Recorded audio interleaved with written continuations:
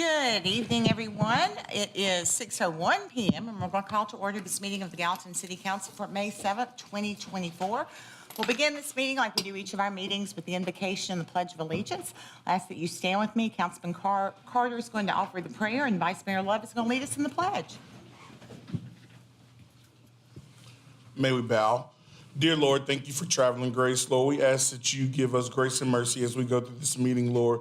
We ask that you help us keep you at the forefront of all our decision making, Lord. We ask that you just bring a sense of unity into this place, into this room, into this city, and into this county as we do the business for the city of Gallatin. We ask that you would help us to show grace and mercy to each other in the days and weeks to come. And in your name we pray and ask it all. Amen. Amen. Everyone, please face the flag and show respect by saying the pledge. I pledge allegiance to the flag of the United States of America and to the republic for which it stands, one nation under God, indivisible, with liberty and justice for all. Thank you, and I'll ask Ms.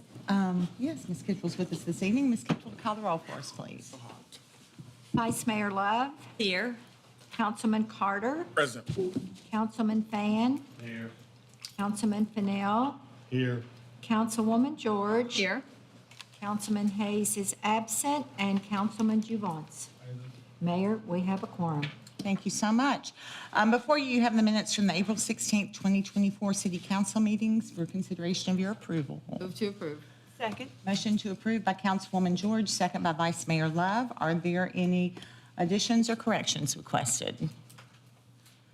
Seeing none, all in favor of approving the April 16th, 2024 Gallatin City Council meeting minutes, please say aye. Aye. Opposed, please say no. The minutes are unanimously approved. This was added to the agenda because you have two items on here this evening that really should be non-controversial, but they are important to have on this week's agenda because of timing, and so I would like you all to consider the addition of them to the agenda. They are item number 11, which is Resolution R2405-32, authorizing Gallatin Public Works to loan the City of Portland a garbage truck for use during the 2024 Strawberry Festival. And number 13 would be a resolution authorizing the mayor to execute an interlocal agreement between Sumner County and the City of Gallatin for the use of county inmate labor. So those are the two items that I would ask for your vote to see if you would like to add it. Motion to approve. Okay, I have motions over here. Councilman Juvance, Vice Mayor Love, a second. All in favor of adding items 11 and 13, please say aye. Aye. Opposed, please say no. These items will be added to the agenda with unanimous approval. We will now move to public recognition on agenda-related items. This is the time of the meeting that you can speak to any item that is on this evening's agenda. There's also a period of time at the end of the meeting when you can speak to items that aren't on the agenda. You'll have 5 minutes. We ask that you give us your name and your address for the record. And I would just ask that we all try this evening to show consideration. I know there are a lot of people here who are very passionate about what they're speaking about. And so let's just all be kind to one another. And I also would ask, because I had some complaints in the last couple of weeks about talking in the audience. We can't really tell up here, so just try and keep it down so your neighbors can hear the discussion that's happening up here, and we'd appreciate it all so much. Thank you, sir. Okay, thank you. Good evening, members of the council. My name is Jason Holloman. I'm an attorney in Nashville, Tennessee. Practice primarily in the area of land use and zoning and municipal litigation. I'm a former city attorney, and I've been retained tonight by several of the property owners and nearby property owners adjacent to the Banks at Lock 4 development proposal. And here tonight to speak to you about concerns that they have. And there are several, including the viability of the plan of services. There are several items within that plan of services that was adopted that we believe with this plan in place, they would not be viable. It would require additional amendments beyond what has been currently proposed. Also highlight to you, as you were probably aware, the plan of Gallatin, your general plan, did not contemplate a development of this intensity. It was considered to be rural development area until a plan adopted amendment just before this was brought forward. And so for those reasons, we ask that you not adopt this rezoning tonight. You consider a deferral to work with the neighbors to see if there are things that can be done to ameliorate some of the impacts. And if not, my clients have asked me to come and inform you that it is their intent to move forward with declaratory judgment to challenge this action should it go forward prior to the adoption and acceptance by the state of the plan of services and the annexation. So with that, I thank you for your time. Thank you, sir.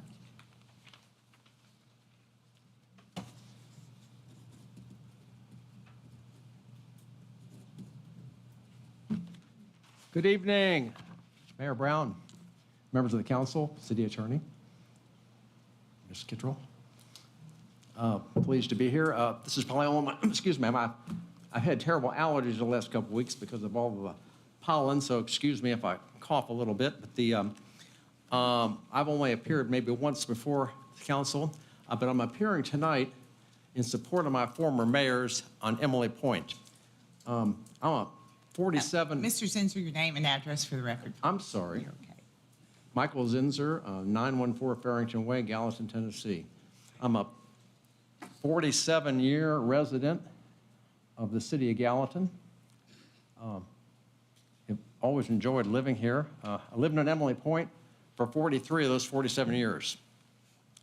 And some of my former neighbors brought to my attention this Banks of Lock 4 development. I've written the mayor and all the members of the council twice about this issue, so I've wanted to make you aware of my concerns. Before I moved 3 years ago, the traffic on Lock 4 was just abominable. In fact, leaving Emily Point and turning left to head into the city was always a daring act because it's a blind spot. In fact, when I would turn left, I would, for a while, drive on the wrong side of the road to make sure that the right side of the road was going to be clear because the cars would come over the top of that hill at a high speed. That road is very narrow. I lived there for 43 years, so there's no telling how many miles I drove going back and forth on Emily Point. And when I see the size of this development and the number of houses and where it's going to be located, if I still lived there, I'd be very, very upset, and I'm upset for my neighbors. In fact, I wish there was a regulation that required any development to do a quality of life impact statement on current residents before anything went forward, because I feel like the quality of life for individuals who live there now is going to suffer if this is approved. And of course, I understand that people who own property want to develop it. And of course, we citizens count on you all to do that and manage that in a way that takes into account the quality of life of everyone, including the existing citizens. I also brought to your attention one of the letters, several articles about the developer of the property, very controversial, and involved in litigation all over the United States, and gives me great concern about the quality of what's about to happen in this development. And so for all of those reasons, I guess I would urge you to not proceed with this development, at least as currently planned. Thank you all for your time and consideration. Mr. Zinser.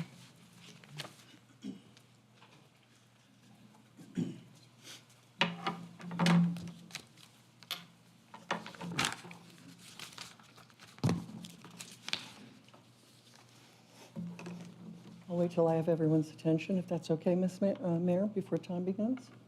Thank you. Karen Bookout, 1006 Quailwood Cove.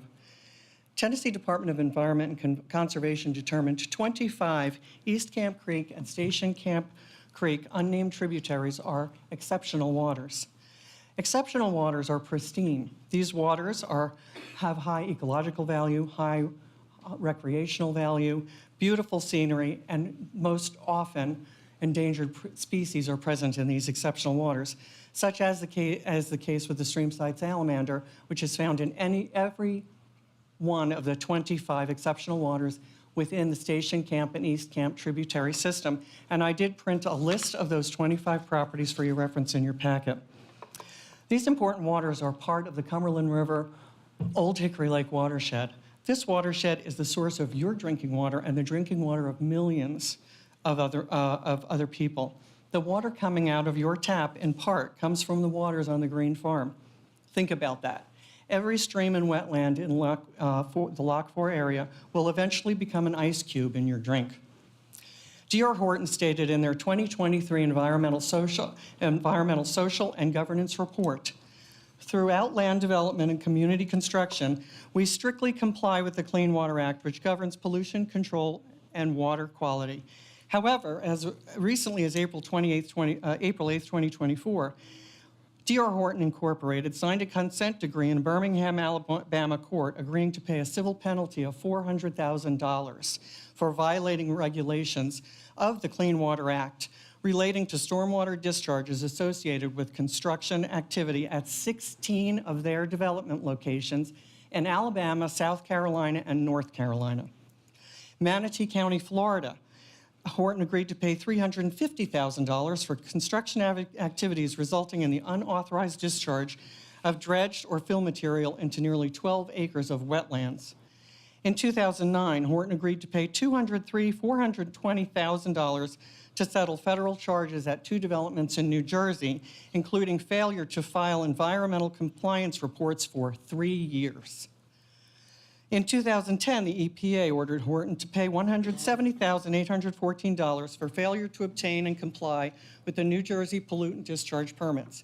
In Osceola County, Florida, April 2017, Horton settled a lawsuit for $267,000, stating on or about November 18, 2013 through 2017, 4 years, Horton discharged dredged or fill material into wetlands at the site using earth-moving machinery during unauthorized wetland activity for a multi-phase development. Again, Alabama, Horton paid $22,750 addressing violations associated with stormwater discharges. And in March 2019, Escambia County, Florida, Horton was fined $24,000 for illegally filling wetland areas.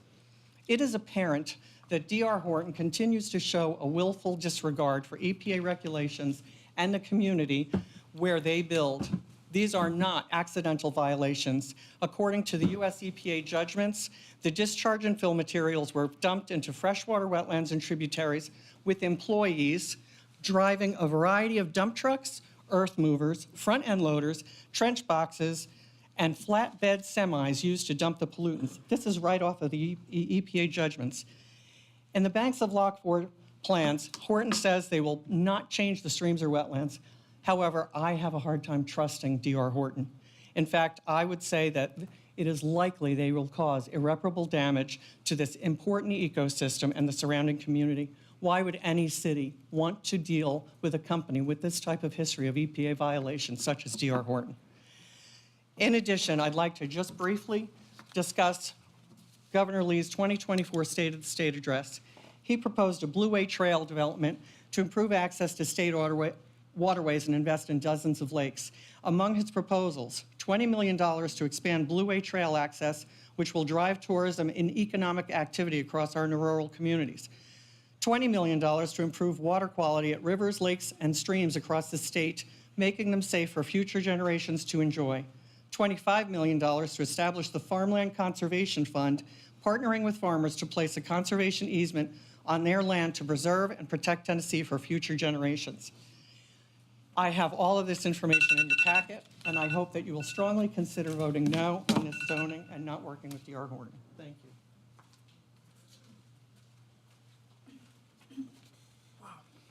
Been a long time since I've been here.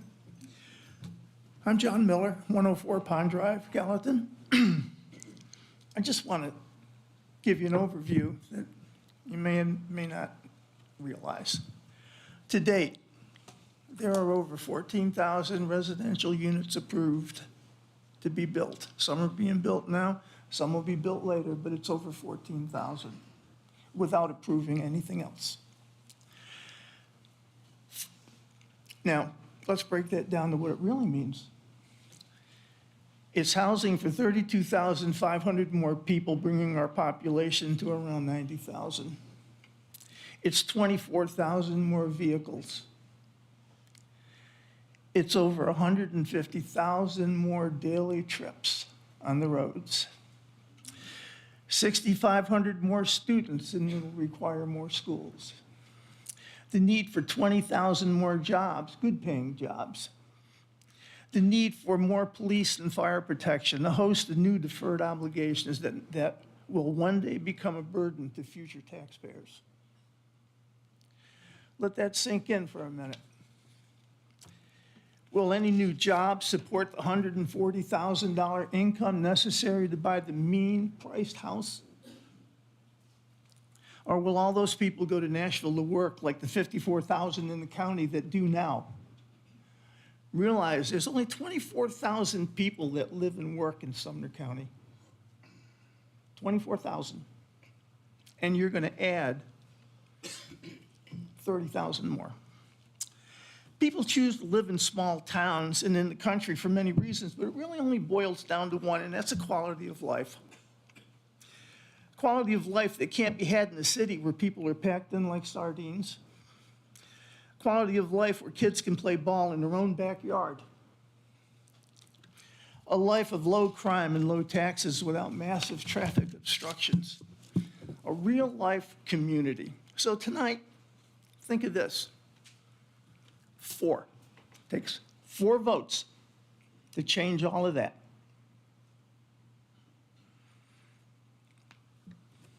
4.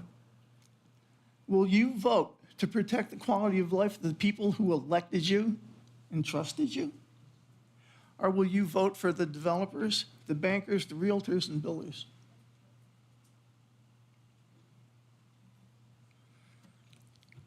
They see Gallatin as nothing more than profit. They don't see it as a community. They don't see it as anything. They'll be gone. When those deferred obligations come in, they won't be here. So it all comes down to just 4 votes tonight. So will you vote for? Your friends and neighbors really want to know, and we're really watching. So thank you for your time. I really appreciate it.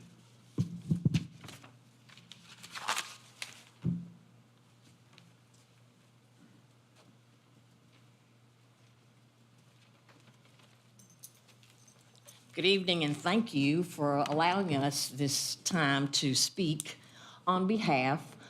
For me, it's all of the citizens that couldn't come or felt like, it's a done deal. Dixon, My name is Gwen Dixon. Yes, I am a real estate agent. However, I'm not here in that capacity because we need your- I actually live. Ms. Dixon, we need your address too, please. I'm sorry? Address. I was trying to get to that. Gwen Dixon, I live on Emily Point, which is the road right past the Gallatin Marina, intersects Lock 4, Slap-On. And to me, this entire situation is really not about the builder or the developer, real estate, agents, firms.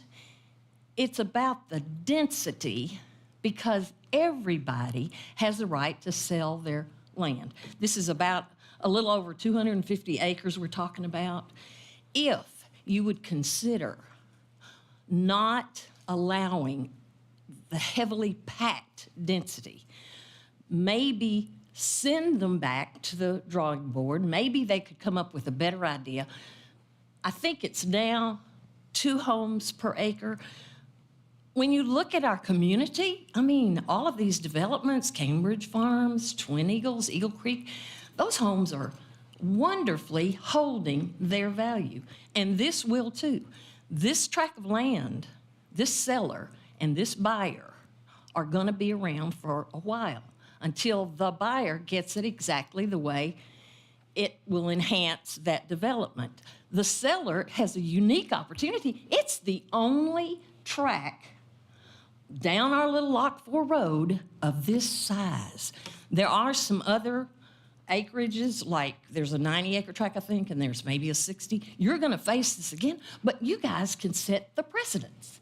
You can be premier city council people over the state of Tennessee when you step up and say, hey, yes, we want development, but we're going to look out for our schools. Where are we going to build the schools? The land is being eaten up.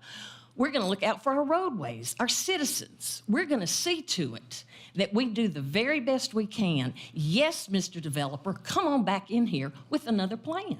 The seller will always be able to sell this land, because if this developer decides not to, trust me, there's lots of people lined up to take it over.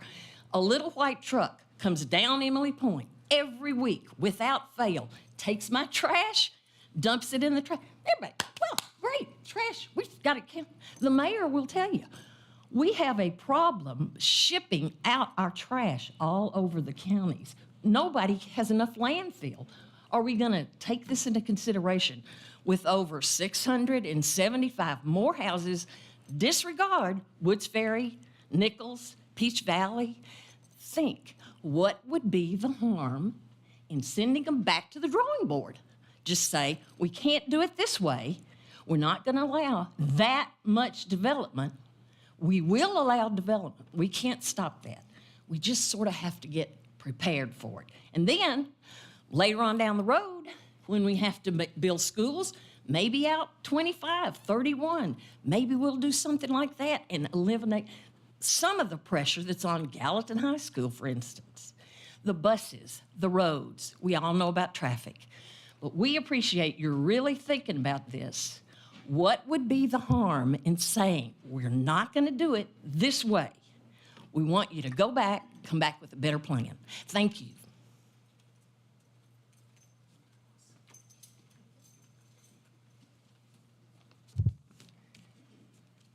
My name's, excuse me, Lina Marler, 1512 Cherokee Road. So you as a council, and I know you know this, you have an extremely important vote tonight, one that will affect so very many people. Many are here tonight. Many people that aren't here have no idea what's going on, but they will find out. I've said before, and I maintain, that this development is so much more than just another higher density development. We're at this moment in Gallatin, is the way I see it, where things are moving too fast and not in a good direction. We're becoming what I don't think people moved here and stayed here for. I was talking to my youngest brother that lives in Nashville a couple of weeks ago. He made the observation that it used to seem like driving to Gallatin, it meant you were getting out into the country and out of the city. Now it's really no different. How sad. How sad that we are not preserving the very thing that makes us special. The speaker emphasized a few weeks ago that you have the control, and we understand it's not limitless control, but you can guide the direction in how this town grows. This is your job. You were elected by citizens to do, to represent them and look out for their best interest. These people and the people that have been coming to these meetings, they should be your first priority, not the developers, realtors, or even the people moving here. Your first priority is right in this room. The road should be put in good repair and be adequate before any new neighborhood is approved, especially one that will be using Lot 4.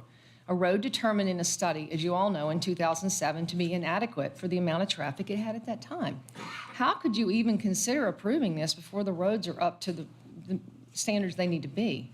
Gallatin High School is overcrowded. You've had teachers come and plead with you. They've told you of their concerns. The parks and recreation areas will be affected. Traffic will make getting to them difficult. And last but not least, as I always mention, Belvedere, Peninsula, Woods Ferry, and Hancock will be a nightmare. You owe the citizens addressing these issues. Even if Clear Lake is cut through one day to Nichols Lane, these roads will continue to see excessive traffic. They will only see more vague promises, as they always have, of looking at the issues.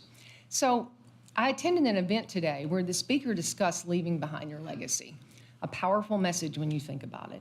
You as a council have done many good things over the years. We have a town with great potential that with the right nurturing, it can become so much more. But we're at a crossroads. Growth can be a very good thing. No one wants a stagnant town that withers away. And no one's saying this land cannot be developed. But on the other side, growth can happen way too fast, and it can take a beautiful, historic area and turn it into just another dot on the map of rooftops, clustered tightly together, with strips of land around them, with berms and landscaping, where native trees used to be. There should be a diversity in the options for home buyers. Gallatin's sorely lacking, in my opinion, in options of homes that bring in a diverse economic base as well as businesses and restaurants. No matter if you run for re-election, if you retire, if you move on to other positions, this vote is going to follow you. The last few years have dramatically changed this town. We need to get back to gracious and growing Gallatin.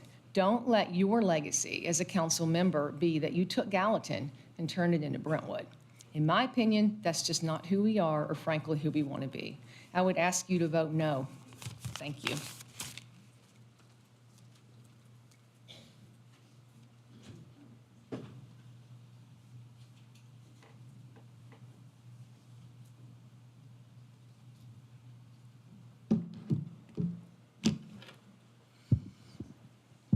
My name is Ruth Fennell. I live at 1049 Blue Jay Way in Gallatin.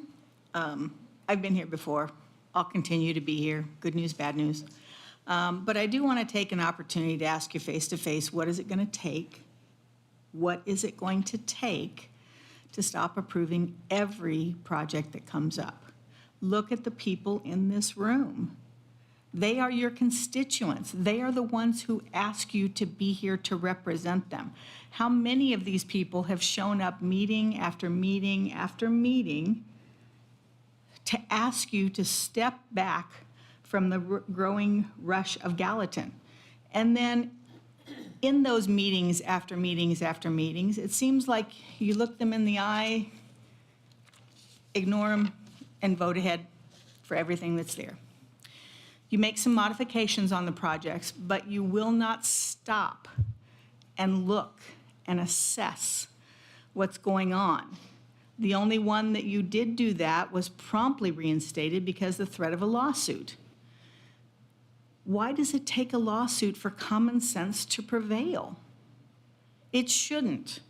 You've not listened to the citizens of Gallatin because you're in a position of power and you were put there, asked to represent them, which is good. We want you to represent them, but you have a whole slew of people here asking you to represent them and asking you to take a step back in what you're doing and the decisions that you're making. Please be quiet in the audience. That's okay. I'm good with that. But your decisions are literally killing our city and our county because Gallatin is not isolated in the growth that it has. It affects the county. It affects Hendersonville. Traffic, roads. Our roads are just an embarrassment, and it's not anybody's fault as far as the employees of the city of Gallatin. It takes money. It takes resources. It takes time. But it takes time to catch up. You can't always be looking after what's already left. You've got some people asking you for a quality of life study, asking you for input from the people who will be most affected by this or people who will be also affected by this. You have someone else asking you to do an environmental study because of the record of the builder. You have the county asking you for opportunities to allow them to provide input on schools. Are you asking the builders to provide space for resources? Are they providing space for maybe a substation for the police, a substation for the fire department, an area for schools? All of those things are impacted by the decisions that you're making.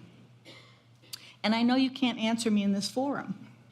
There's no way that you can say, oh, well, Ruth, here's what we're going to do and here's why we're going to do it. But your votes will reflect your thought process. We have, as John said, 14,000 more prospective residences being added. Are we prepared for those residences? If our roads are already challenged, potholed, difficulty, and again, it's nobody's fault as far as weather and the damages that weather provides, but you gotta fix it. There's a really cool machine that the Japanese have on a pothole. You drive up to it, in the back, it takes this little laser, it cuts it out, fills it up, heats it up, moves on. Literally takes minutes for those kinds of things to be repaired. I don't know how much it is. I'm sure it's very expensive. But as much traffic as we're putting on these roads, we've got to be proactive in what we're doing. I've talked about, when I lived in Florida and some of the things we did there, but they were right because they were ahead of the problems. We're playing catch up. We're creating problems and then trying to catch up to them. We cannot keep doing this. I'm asking you, I'm begging you, just as these people are, to please stop. Really give some thought to the consequences and the outcomes of what you're doing and how you're doing it. These people are taking their time to come and ask you and beg you and plead with you to take a breather. Please listen to them. My sincere hope is that we're going to find a way to get through this together. But if you don't listen to the people who've put you in these positions, we won't be together. Thank you.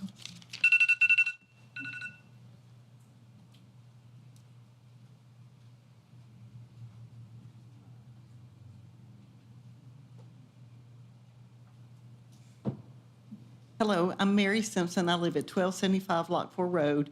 Thank you all for giving us the opportunity to speak tonight. I'm speaking again against the Banks of Lock 4 project, as usual. At the April 16th meeting, our new city planner said he thought that the proposed Banks of Lock 4 project was a wonderfully planned project. And that may be true from a development planning perspective. However, it seems to me that comment can only be made in reference to the development itself. Doesn't city planning include more than just the plan of the development itself, like how it fits in the neighborhood that it's being built in, how it fits in the city? During my work career, I was employed by a large retail company in their IT department as the manager of the database team. All the data used by all of our critical corporate applications was stored in databases our team managed and maintained. Applications like accounting, financial, manufacturing, inventory, retail, point of sale, and wholesale, just to name a few. Over my work years, I had the opportunity to assist with many software installations, upgrades, and conversions, as well as many database upgrades and conversions. With any new software installation or upgrade project, our department was required to do a black jacket, which was a document that was presented to our senior management team for project approval.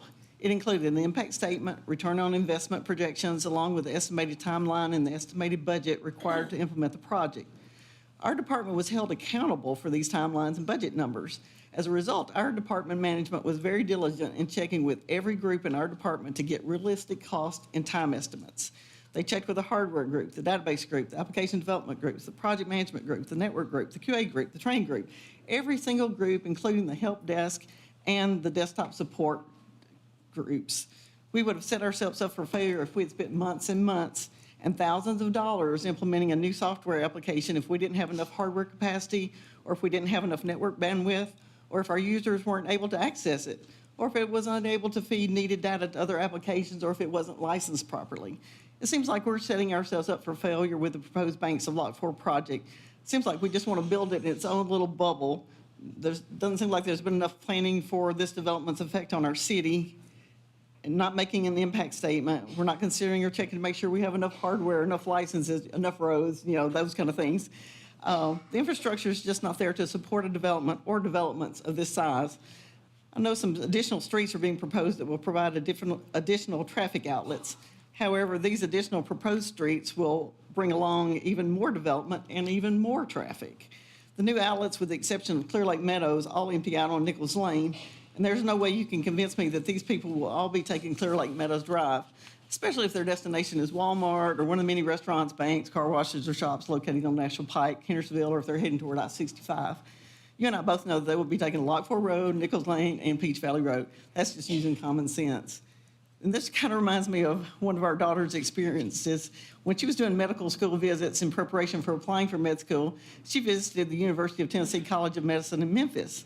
They were trying to impress the visiting students by telling them about how, in addition to the regular hospital, they had a hospital that was dedicated to head trauma injuries. So, noting how much experience they'd be able to gain in that area and if they joined their medical school. Well, it impressed our daughter in the exact opposite way. Her reaction was that she didn't want to live or go to school in a location that needed the whole hospital dedicated to head trauma. So it's the same way with the announcement of the proposed Kirkpatrick Farm and Bryan Drive developments. It doesn't impress us that there will now be a couple more street outlets for the Banks of Lock 4 when in the same breath you announced 2 more developments which will create even more traffic.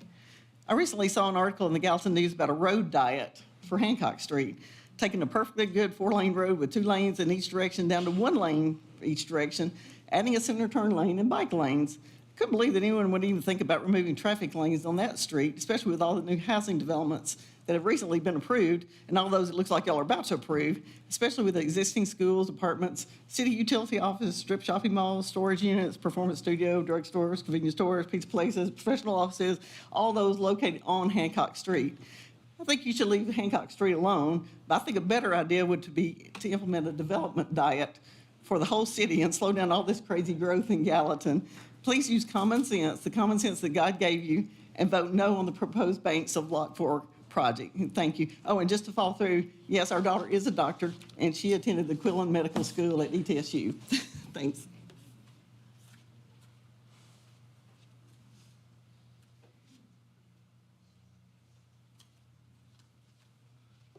Good evening. Jim Moynihan, 1047 Westgate Drive in Gallatin. And I've been here before, and I assure you, you won't need the clock. I'm going to be short. I'm just here to express my continued, unwavering support for all the people that have been here and all the things that they've been saying and that seem to have not found any ears up in the front. I will tell you this, you know, I've got a history back in Illinois. I spent 12 years working for the state of Illinois. I ran for public office 3 times. And the one thing I learned along the way was that if you're in a district and you've got 9 or 10,000 votes in that district, those are your people. Those are the people who elected you to represent them.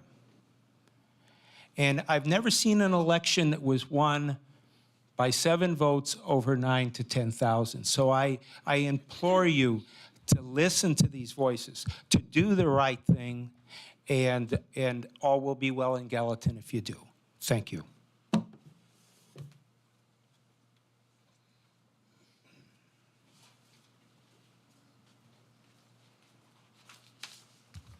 Good evening. My name is Mary Janung. I live at 1100 Lock 4 Road. I have some maps I wanted to show you because I'm going to talk about this. Ma'am? A couple of weeks, I guess it was 3 weeks ago, the planner had talked about the plan, and he showed up there Clear Lake Meadow as it was proposed to come through the properties. What he didn't tell you was part of that road proposal, there's a 50-foot drop, which means that you would have to build a bridge across that. And my question is, who's going to pay for that? Is the city going to pay for that bridge? Because that's extremely expensive. Is the builder going to build it? And many, many meetings ago, I do recall that the Planning Commission, Mr. Puryear, and actually Mr. Overton had said that in order to do these developments, it would be imperative to have Clear Lake Meadow completely done so that the traffic would be diverted away from Peach and Lock 4 Road. So my question is, if the city's going to be on the lam for Clear Lake Meadow all the way through, are we going to be, the taxpayers are going to have to pay for this dream that all these developments are? That's not fair to the taxpayers.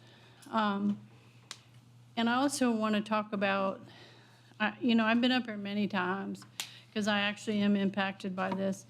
And I again will tell you the safety, the quality of life that this will impact. I've told you over and over again how dangerous it is on Lot 4 Road. Accidents have happened not all the time, but several times, and different kinds of accidents. And it's very scary to drive out of my driveway, and our other neighbors drive out of their driveway, and these road entrances, because they're blind spots. And I just want to say quality of life it's scary. It's stressful, and at night, all they do is drag race up and down Lock 4 Road. You can hear them drag racing. We have no supervision. So I'm asking you to, to vote no on this as the way it is, because it's going to impact us. Because once if you vote yes, then the Kirkpatrick's Farm will come behind it, and then the other development on Nichols Lane. And those feeder roads are going to go into those subdivisions that those folks have been told that would never happen, and that's a disservice to them and to all of us. So I would ask you to vote no. For many reasons, and we've been up here many times, and I know ad nauseum. We've talked about all the issues with traffic. I know it very well. I can tell you, I actually Sunday sat on my porch in the afternoon, and in 1 hour, I counted almost 300 cars go by my house. And they were not slowing down, some of them were, but that was a lot of traffic in an hour. So I just want to ask you to really think about this, because this is a huge impact, not only just the banks of Lock 4, but the other developments that are coming behind it and on Woods Ferry. Woods Ferry is a dangerous 2-lane road as well. It's in a flood, part of it's in a flood area and it floods sometimes. And that too is a disservice to those folks out there. So please kind of be mindful of that for the folks in this area. And I want to thank you for listening to us for all this time.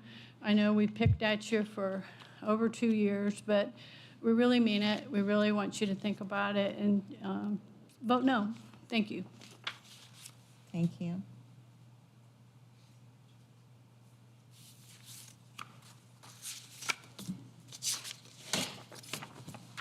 What's up, everybody? My name's Caden Ray. I live at 929 Aqua Drive off of Lock 4. Good to see you, Miss Connie. The same way you guys have all asked us to be respectful in the audience and to be quiet and to be respectful of everybody's time, I'm going to ask you guys to accurately represent the people of Lock 4, the residents, the homeowners, and I appreciate you guys' time tonight. Trying to turn left to get out of my neighborhood is pretty scary. I have to put the pedal to the metal on my 2012 Toyota Prius, dude, which is not very fast, let me tell you. And speaking of that, I was actually driving down the road a few weeks ago. This is kind of the reason I actually got involved here. And there was a box truck in the road, and since there's no shoulders or anything, he was just parked there. And so there was a really sweet lady who was in her car behind the box truck who wasn't comfortable going around him yet. And so I slowed down, didn't look like she was going anywhere.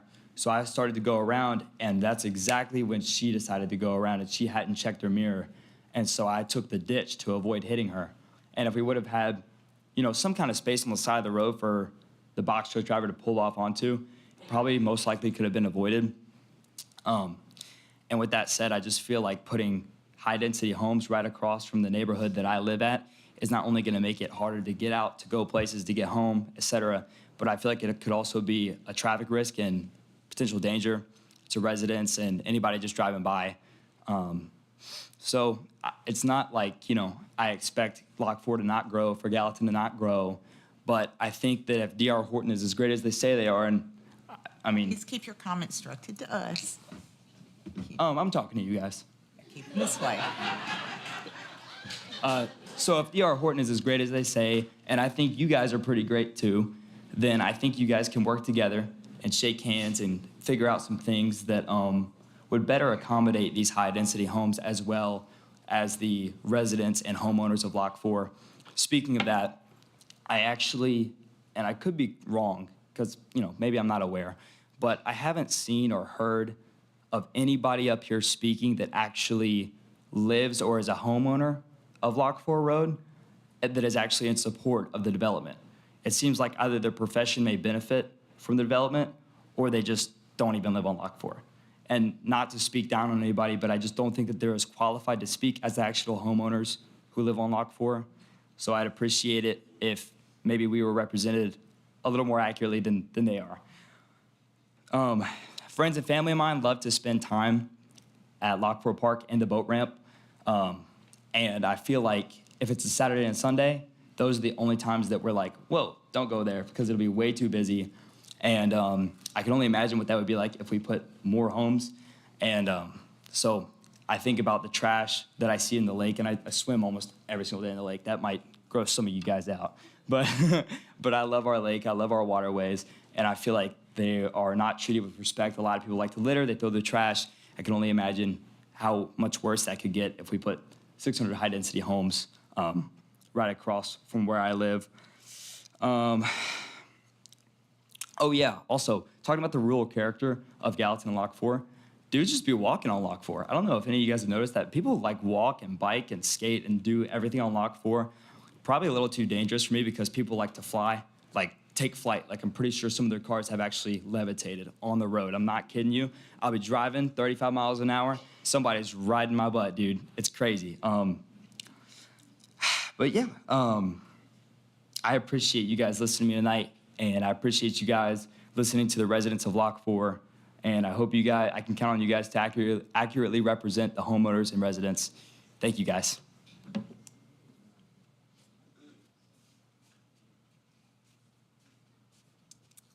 Hi, my name is Amber Summers. I live on 1211 Brookside Drive. I hate public speaking, but this is something I actually care about, so speaking on it. I spend a lot of time with my boyfriend and his family, and they live on Aqua Drive, that guy that just spoke. And we go down to the park a lot. Like, I spend a lot of time with them. Probably about like 5-6 days out of the week. And we like to enjoy the park, and with all those people, I don't think it'd be very enjoyable. We wouldn't really be able to do much if there's 50 people trying to hang out at one park. But I also think that if you guys do want to put in a bunch of high-density homes, that you guys should plan more ahead because there's no shoulders. And if an ambulance or anything, cop, anything comes by, how are people supposed to get over? You know? Anyways, just wanted to keep it short. Thank you. Did very well, thank you.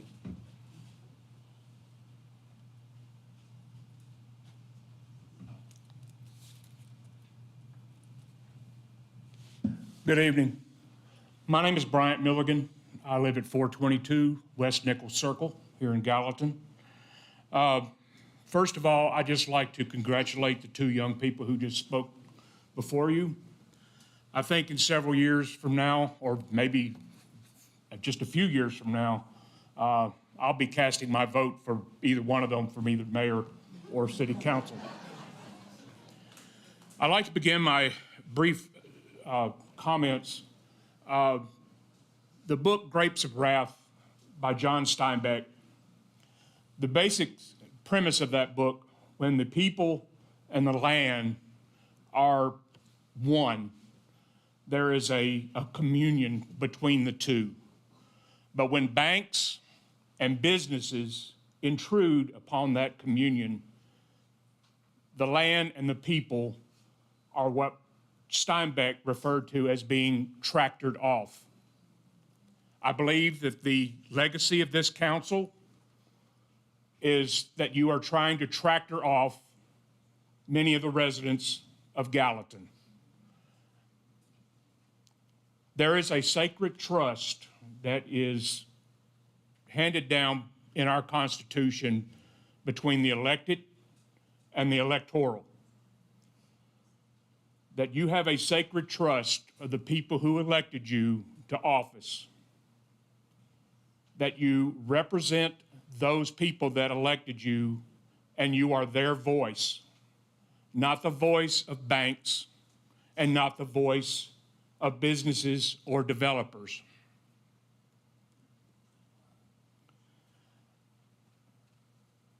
I ask that you prove me wrong, and many of the residents here in this chamber, that you are not a puppet of banks and developers. I ask that you vote to represent those people, those residents that elected you to office. Thank you.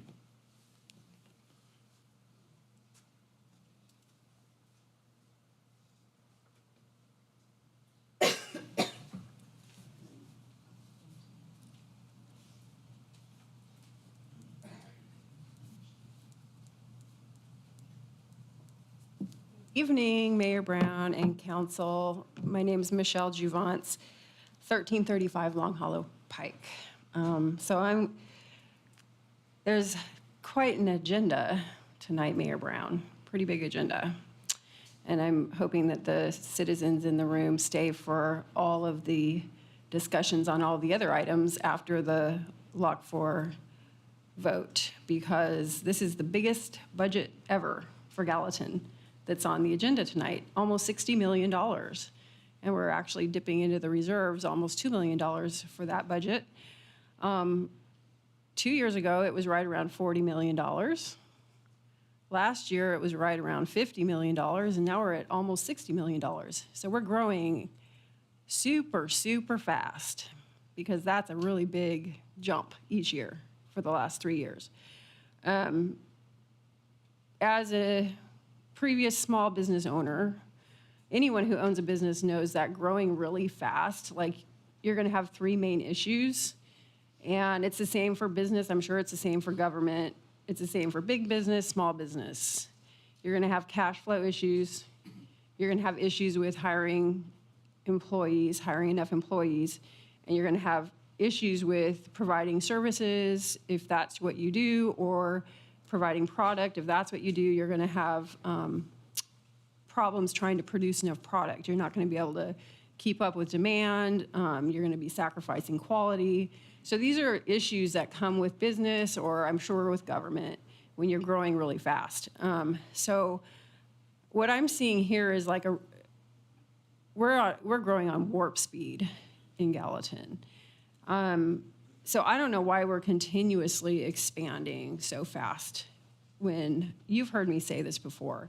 Our critical infrastructure departments are short-staffed, and they are struggling, and they are stressed, and they don't have enough employees, and I think it's really unfair. I've told you this before, when annexations come, like, please pause, because it's not fair to them to keep saying, yes, let's take on more land, let's take on more development, when we need to really just hit the pause button, let our critical infrastructure departments, like our public works, our public utilities, our police department, let them catch up first and stop. I'm not saying stop growing, I'm saying hit the pause button, let's catch up first. There's a couple other things on the agenda tonight that are really important. Voting on the tax rate, so that's gonna be interesting. Also buying the building from the Chamber of Commerce for $280,000. I don't personally think that we should be spending taxpayers' money. Like, this is our money. These are hard-earned dollars of people that we're giving to the Chamber of Commerce for an old building that you're all talking about tearing down to do the Phoenix project. So the Chamber's a really great organization. They do a lot of good things, but that doesn't matter, because these are tax dollars, and that's a building that was built 35 years ago, and they got their money's worth. They never paid rent. They never paid taxes on it because it was on city land. So they got a free ride on the taxpayer's dollar for 35 years. Yeah, they built that building, but what the actual thing says, the agreement from the city, when it was a leasehold agreement for the land for 10 years. And it's normal for a leaseholder to build a building, and then when it's done, it goes to whoever the landlord is. So the city should be getting that building for free, because we let them use our land for 35 years for free. So I think it's enriching the Chamber of Commerce on the taxpayer's dime if we pay them $280,000, which that's tax dollars that should be used for services. We could use it for parks. We could use it to hire more police officers. We could use it for all kinds of services. That's what tax dollars are for. Not for a building that is maybe gonna get torn down. So I disagree with giving that money to the Chamber. So that's also on the agenda tonight. And so I hope that you don't give them that money and that you instead use the money for city services. And please vote no on the Lock 4 because we're just behind on services like I've just been talking about, and we can't handle it right now. Thank you.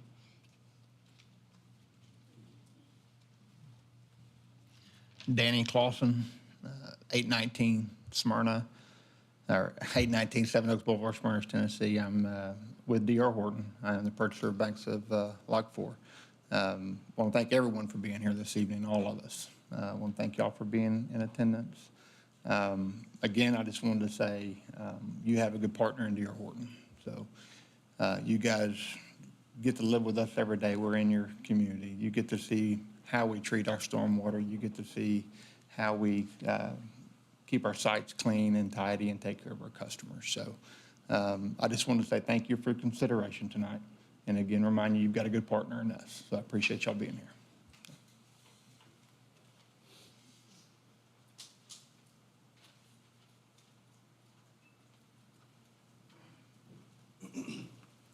Hi there. John Messmer, 495 Anna Drive. When my family and I moved to Gallatin, my wife and our 2 young children, we checked out the house. When we pulled up, we were greeted with cows at the backyard, big red barn in the back, huge trees everywhere, open sky, open land. I'm right on the corner of Anna and Bryan Drive, right where that new one's going to be tied into. Right where that street where my children play is going to be basically turned into the busiest intersection in that area of Gallatin. When we bought that house, we talked with all the neighbors around there about whether they like the area, whether they like the neighbors, whether they like the schools. Every one of them said it was the best place they'd ever lived. Based on everything I just said, we knew in our hearts it was the right decision to move there. I can't presume to know how tough your jobs are. You make a lot of decisions. I'm sure it's not easy. But I think you can understand how everyone here feels. And I think that you know in your hearts what the right decision to do is. If you were me, would you be up here speaking with you right now? How would you feel if you were going to be imposed upon like everybody back here? I understand that it's going to be developed behind my house, but can you please hit the pause button like everyone is saying and find it in your hearts to slow this down? We're not asking you to stop, but as it is right now, no one's happy. No one wants it like this. I appreciate you. God bless. Thanks.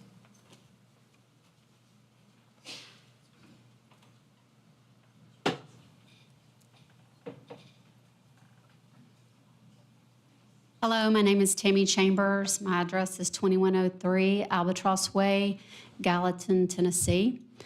I am the past president for Sumner Realtors, and I currently sit on the board for the Home Builders Middle Tennessee Association. So I'm up here tonight again. I have said and I've listened to a lot of the people from Gallatin. And I have sold real estate here in Gallatin in new construction for many years. A lot of you probably remember Cambridge Farms when that came to Gallatin, and I sold new construction in there with Goodall Homes for 10 years. And I've sat through some of these meetings in the past when it comes to development. One of the things about development is that it brings jobs.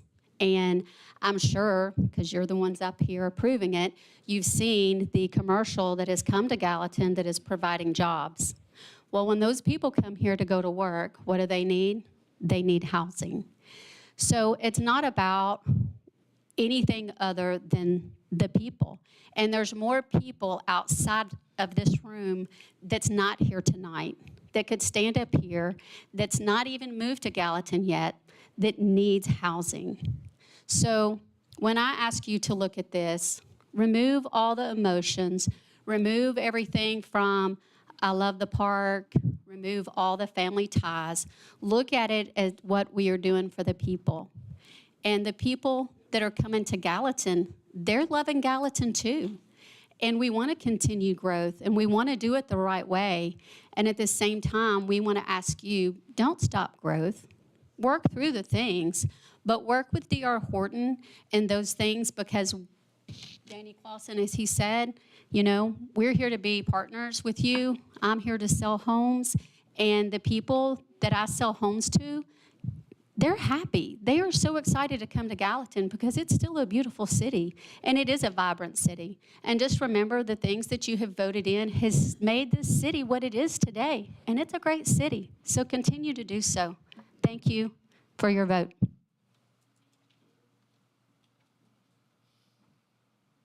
there anyone else that wishes to speak this evening? I'd ask that you come on forward, please.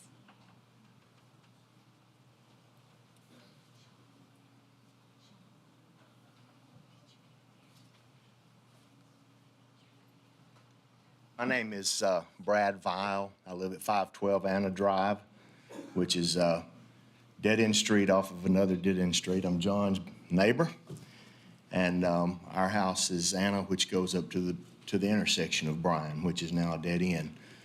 We've been there 28 years. It has been the most phenomenal place to raise a family that I could have ever imagined. I didn't know a thing about Gallatin when I moved here. So it has, we had talked about selling time and time again and moving away, but we just have never decided. It always came back to the same opinion that we would never find a better place than where we're at. And, from what I see, I'm just a common man. I get up and go to work 50 hours a week, just like probably most of you guys do. And from what I see and hear, everybody that has gotten up here that does not have an agenda does not want this. The two people that have stood up and said something about it have a lot to gain. And, I appreciate that. I understand. I want it to grow, but not in the way that it's growing right now, And so I challenge you, are you going to listen to your constituents, or is there somebody in the basement telling you what you're going to do? And I'll leave it at that, and just ask you to consider the people, take a little bit of time, and, work it out where it's feasible for everybody. Thank you.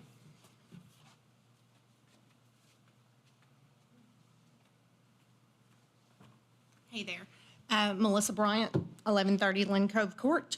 Going to keep this short and sweet, not go on and on like I did last time.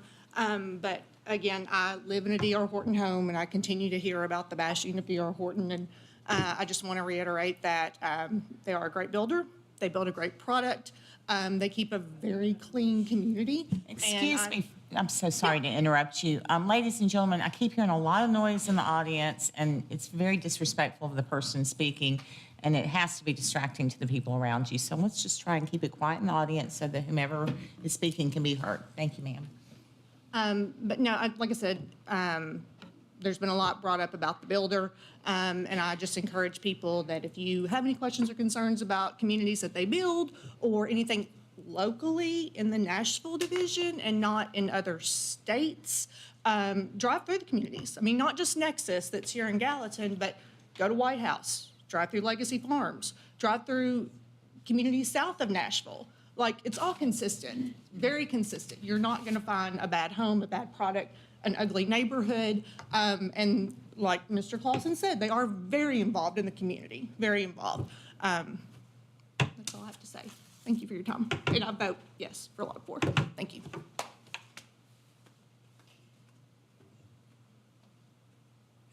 Anyone else wish to speak this evening? Now would be your chance until the end of the meeting. Okay, seeing no one, will declare public recognition on agenda-related items closed. We will move to mayor's comments, and we'll begin mayor's comments this evening by asking members of our building department to join me at the podium because it is Building Safety Month, and we have a proclamation to present.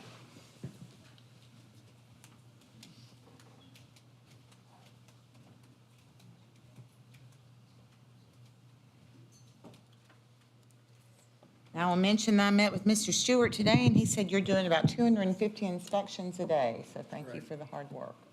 So, and our growth is not as fast as several of the communities around us. So I don't know how they're handling it, but I appreciate all that you all do. And I appreciate, we've had so much discussion of late about building safety, building quality. These are the folks that I depend on to keep it quality in our community and certainly safe. So thank you. So this is the City of Gallatin proclamation. Whereas the City of Gallatin is committed to recognizing that our growth and strength depends on the safety and essential role our homes, buildings, and infrastructure play both in everyday life and when disasters strike.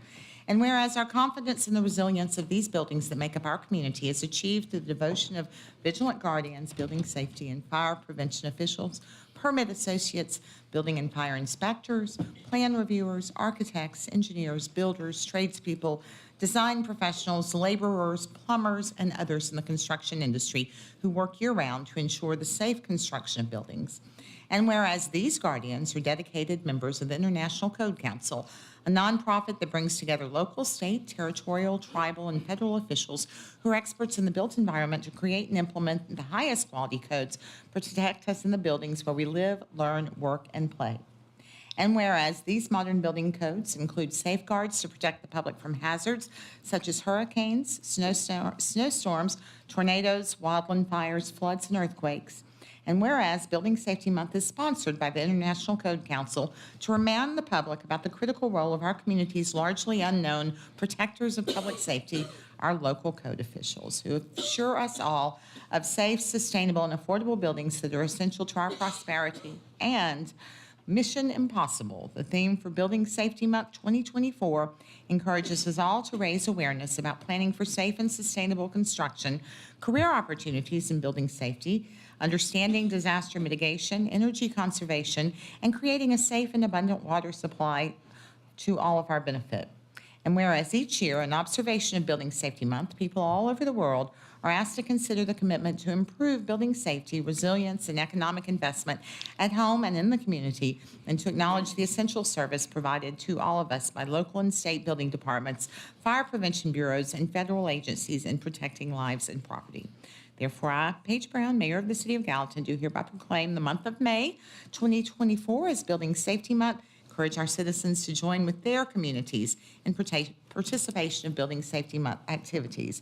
Certainly, safe buildings build safe communities. So thank you.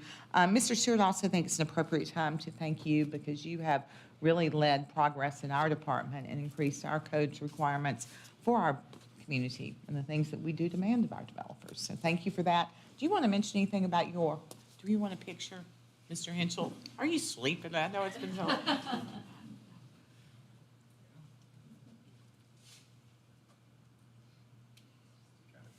And I was going to suggest you mention something about your training today because you had a big class over there. Thank you, Mayor. We appreciate this more than you know. Our first class was today for the adoption of the new building codes, and we had 130 contractors there for this class today. They were there for 5 hours, many questions, and spent a lot of time with them. The next one will be next Tuesday, Gallatin Civic Center, and we'd like to see some of you council members attend this. It starts lunch at 11 and the class is from noon to 4. Thank you. Thank you. Thank you to all of our codes department and all the folks that work in the field and in the office taking care of keeping our community safe. Yeah, applause for them. Thank you. Thank you, Councilwoman George. A few events to mention to you that you may find of interest. Coming up on the 11th, the Sumner County Pickleball Classic, the C2 Attack. That's actually in Hendersonville, but we'll have some Gallatin pickleball players heading there. Also on the 11th, the monthly breakfast at the airport kicks off. That's the Airplanes, Automobiles, and Appetites, Music City Executive Airport. That happens from 8 to 10. As I do each year, if that's not something you've attended before, particularly if you have kids, you will really enjoy that. Everyone is so open to sharing their planes and telling you about what they do. It's just a very fun and interesting time, and I've been told the breakfast is fabulous too. On this coming Monday, which is the 13th, the Gallatin Chamber of Commerce is hosting a luncheon with the mayor of Franklin, Tennessee, Ken Moore, at Grasslands Event Center at Foxland. Of course, contact the chamber if you'd like to attend that. You may be interested in hearing from Mayor Moore. He's been a mayor for a long time and has led a city during a lot of challenges, and you may find him really interesting. Two, Let's Grow Tennessee events coming up at the Gallatin Shalom Zone. One is on the 15th, the other is on the 22nd at the Shalom Zone, 9:30 to 11 a.m. On the 16th is Chief Beeman's birthday. On the 18th, the Market Day at the Gallatin Farmers Market and the Food Truck Festival happening at the Gallatin Civic Center. The time for that is 11 a.m. until 4 p.m. And then Councilman Fennell's birthday is on the 24th. And then Good Morning Gallatin with the state legislative update will happen at the Hampton Inn in Gallatin, 7:30 to 9 a.m. Again, you need to contact the chamber if you would like to make reservations for that. Just a few more things I want to mention. This past weekend, there were several colleges graduating, folks. So I'd say congratulations to all those graduates. We'll have high school graduations coming up soon. Want to say congratulations to Linda Love, new grandbaby just yesterday, and Brad and Mary, and little Lucy. That's a lucky little girl that was born. We have not been together since Square Fest occurred, and I think every time there's a festival on the square, I say it was the biggest one ever. Well, it was the biggest one ever. I feel very confident in that. And it was a beautiful day and beautiful weather. Sort of bittersweet and related to that, I certainly want to mention that that was Donna Bloat's last one. Donna Bloat has been leading historic downtown Gallatin, previously called Greater Gallatin, for 31 years. And she wants to spend some time with her family, and that's certainly deserved. But if you see her, she didn't want a lot of fanfare. I don't want to embarrass her, but I certainly do want to publicly thank her because she's meant a lot to this community, and she's participated and led the way in many changes, through many challenges, and to many victories, and we certainly appreciate her. Barry Young, formerly of Sumner County Tourism, will be the new leader over at Historic Downtown Gallatin. And then the final thing that I would mention is City Hall is illuminated in green for the month of May because in addition to being Building Safety Month, it is also Mental Health Month. And so we were asked to light City Hall green for Mental Health Month awareness, and that is why it is green if you happen to look outside. So that concludes the mayor's comments. I am going to ask that we take a 5-minute break before we proceed with the regular agenda. It is now 7:13. We will reconvene at 7:18. Quick break.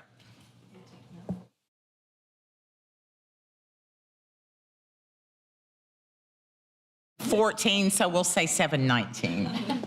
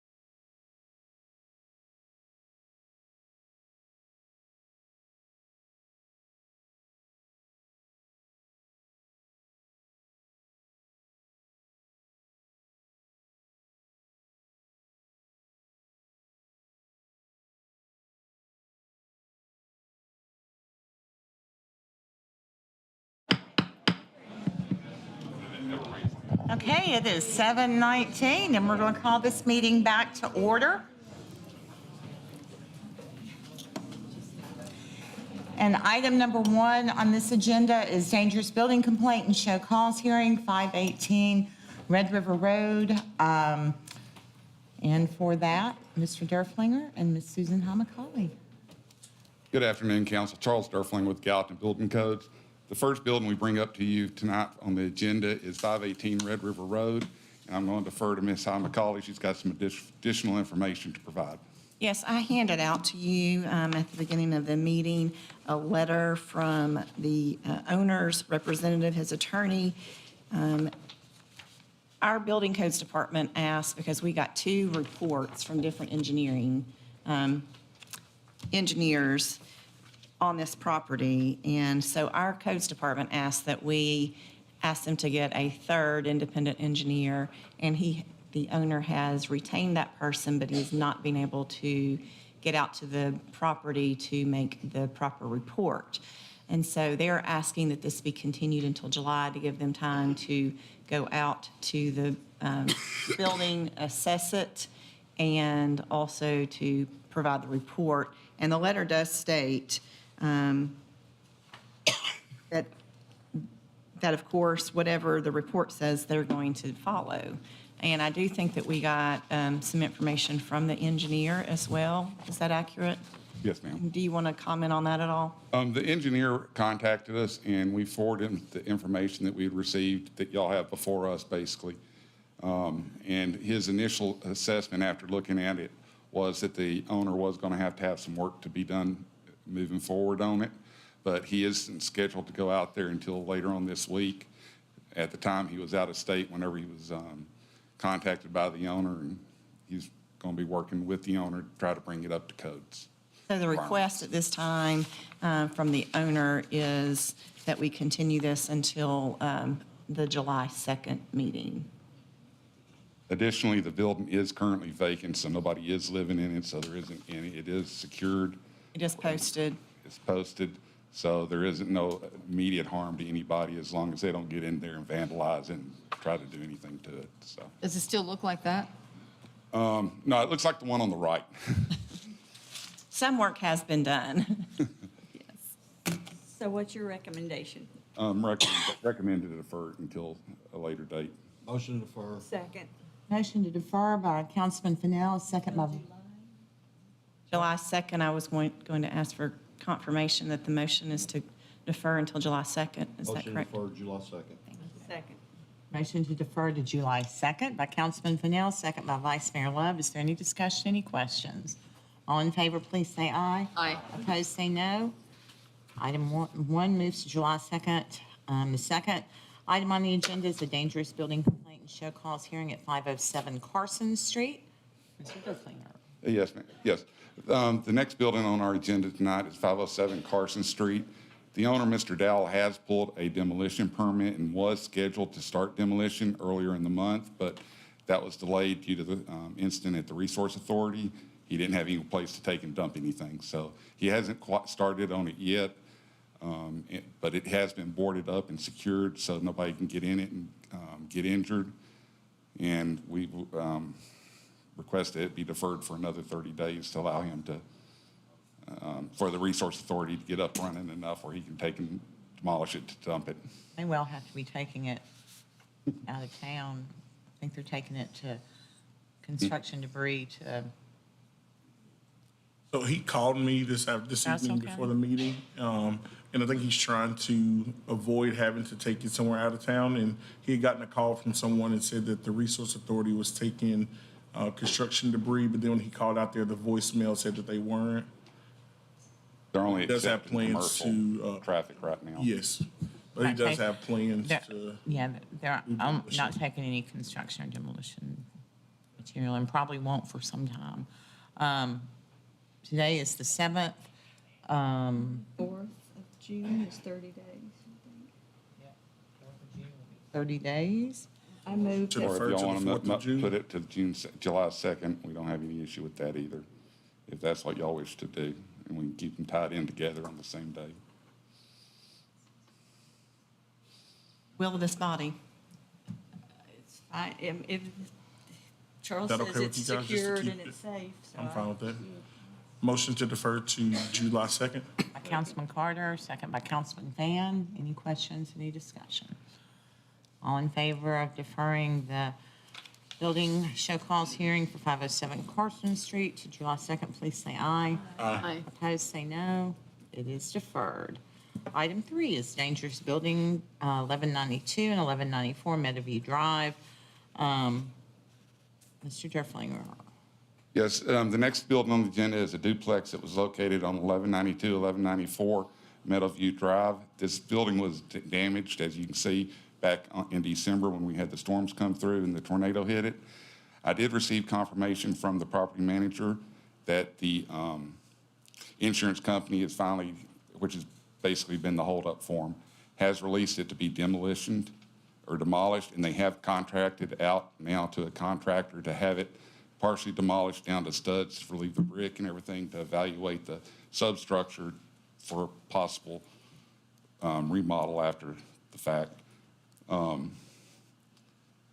So it's this one's, I'm gonna leave to y'all's opinion. You're And the all. expert. So Terry Martin, which is Mr. Noel's son, he reached out, he's one of my former teachers and student council advisors. He reached out to me this afternoon as well to let me know that they were just waiting on the insurance company, but they had plans to get everything taken care of as well. And the demolition company's scheduled to start between Friday of this week and Tuesday of next week and get their permits and everything submitted. What are we voting on then, just to? Nothing, wait on somebody to make a motion.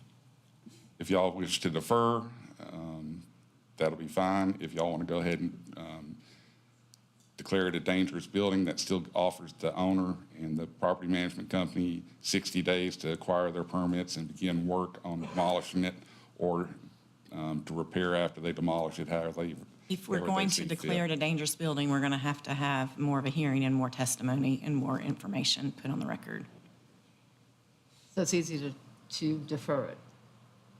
It's up to this body. I mean, he has the information. Yeah. Like I said, visually from the exterior, the But- roof was ripped off. There is brick falling off of the facility as it is right now. It has been exposed to the elements for the past 4 months. There is probably significant damage, water damage to the interior of the facility. And it does meet the requirements of a dangerous building. Let me ask you this, if they do take it down to the studs, does it still remain a dangerous building until it? No, ma'am. Like I said, then they'll, after they remove the brick and they determine that they want to remodel it instead of completely take it So down. it's not that different than the previous two that have been considered this evening. Correct. I would think that you should treat them similarly. I think so too. And I know Motion to Mr. defer Martin to as July well. 2nd. Councilman Carter, motion to defer. Second. Second by Vice Mayor Love. Any questions, any discussion? Okay, all in favor of moving 1192 and 1194 Meadowview Drive to July 2nd, please say aye. Aye. Opposed, please say no. It is deferred unanimously. Thank you, Mr. Derflinger. Okay. Thank you very much. Thank you. Item number 4 is second reading on ordinance 02402-8. Councilman Fan. Oh, you want me to read it, don't you? On your mic on. This is an ordinance of the City of Gallatin, Sumter County, Tennessee, zoning 235.51 plus or minus acres, not zoned to the R8 PRD, medium density residential planned residential district, and rezoning 58.88 plus or minus acres from the R40 low density residential district to R8 PRD. Medium density residential planned residential development district with a preliminary master development plan for the banks at Lot 4 located east of Lot 4 Road and north of Peach Valley Road. Authorizing the revision to be indicated on the official zoning atlas, repealing conflicting ordinances, providing for severability, and providing for an effective date. Open for discussion. Motion to discuss, seconded by Councilman. That's just a motion for discussion. That's what he said. And a second by Councilman Juvance.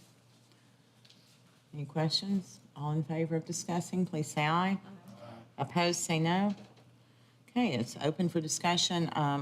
Engineering and planning both have information they would like to share. Without objection, I would welcome them to do that. If you'd like to. Okay. Motion to suspend the rules and allow planning and engineering to speak. All in favor, Aye. say aye. Aye. Opposed? All right. I don't know who's planning to go first, but. Good evening, Mayor and council members. Brian Rose, City Planner. So, as you are well aware, this proposal is to rezone 235.51 acres to R8 PRD, medium-density planned residential district, and to rezone 58.88 acres from R40 to the low-density, to the R8 PRD from low-density residential district. And that would be accompanied by the preliminary master development plan for the banks at Lock 4. The applicant is proposing 675 dwelling units, single-family detached homes. The proposed density is 2.29 dwelling units per acre. The open space calculation for this project is at 50 plus or minus percent, which I mentioned at the last meeting is really unheard of.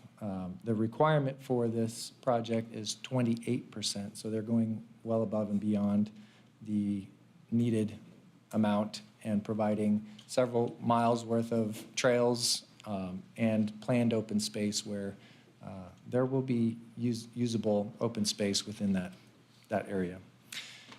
Also, the city got a CMAQ grant recently for a greenway up Lock 4 Road.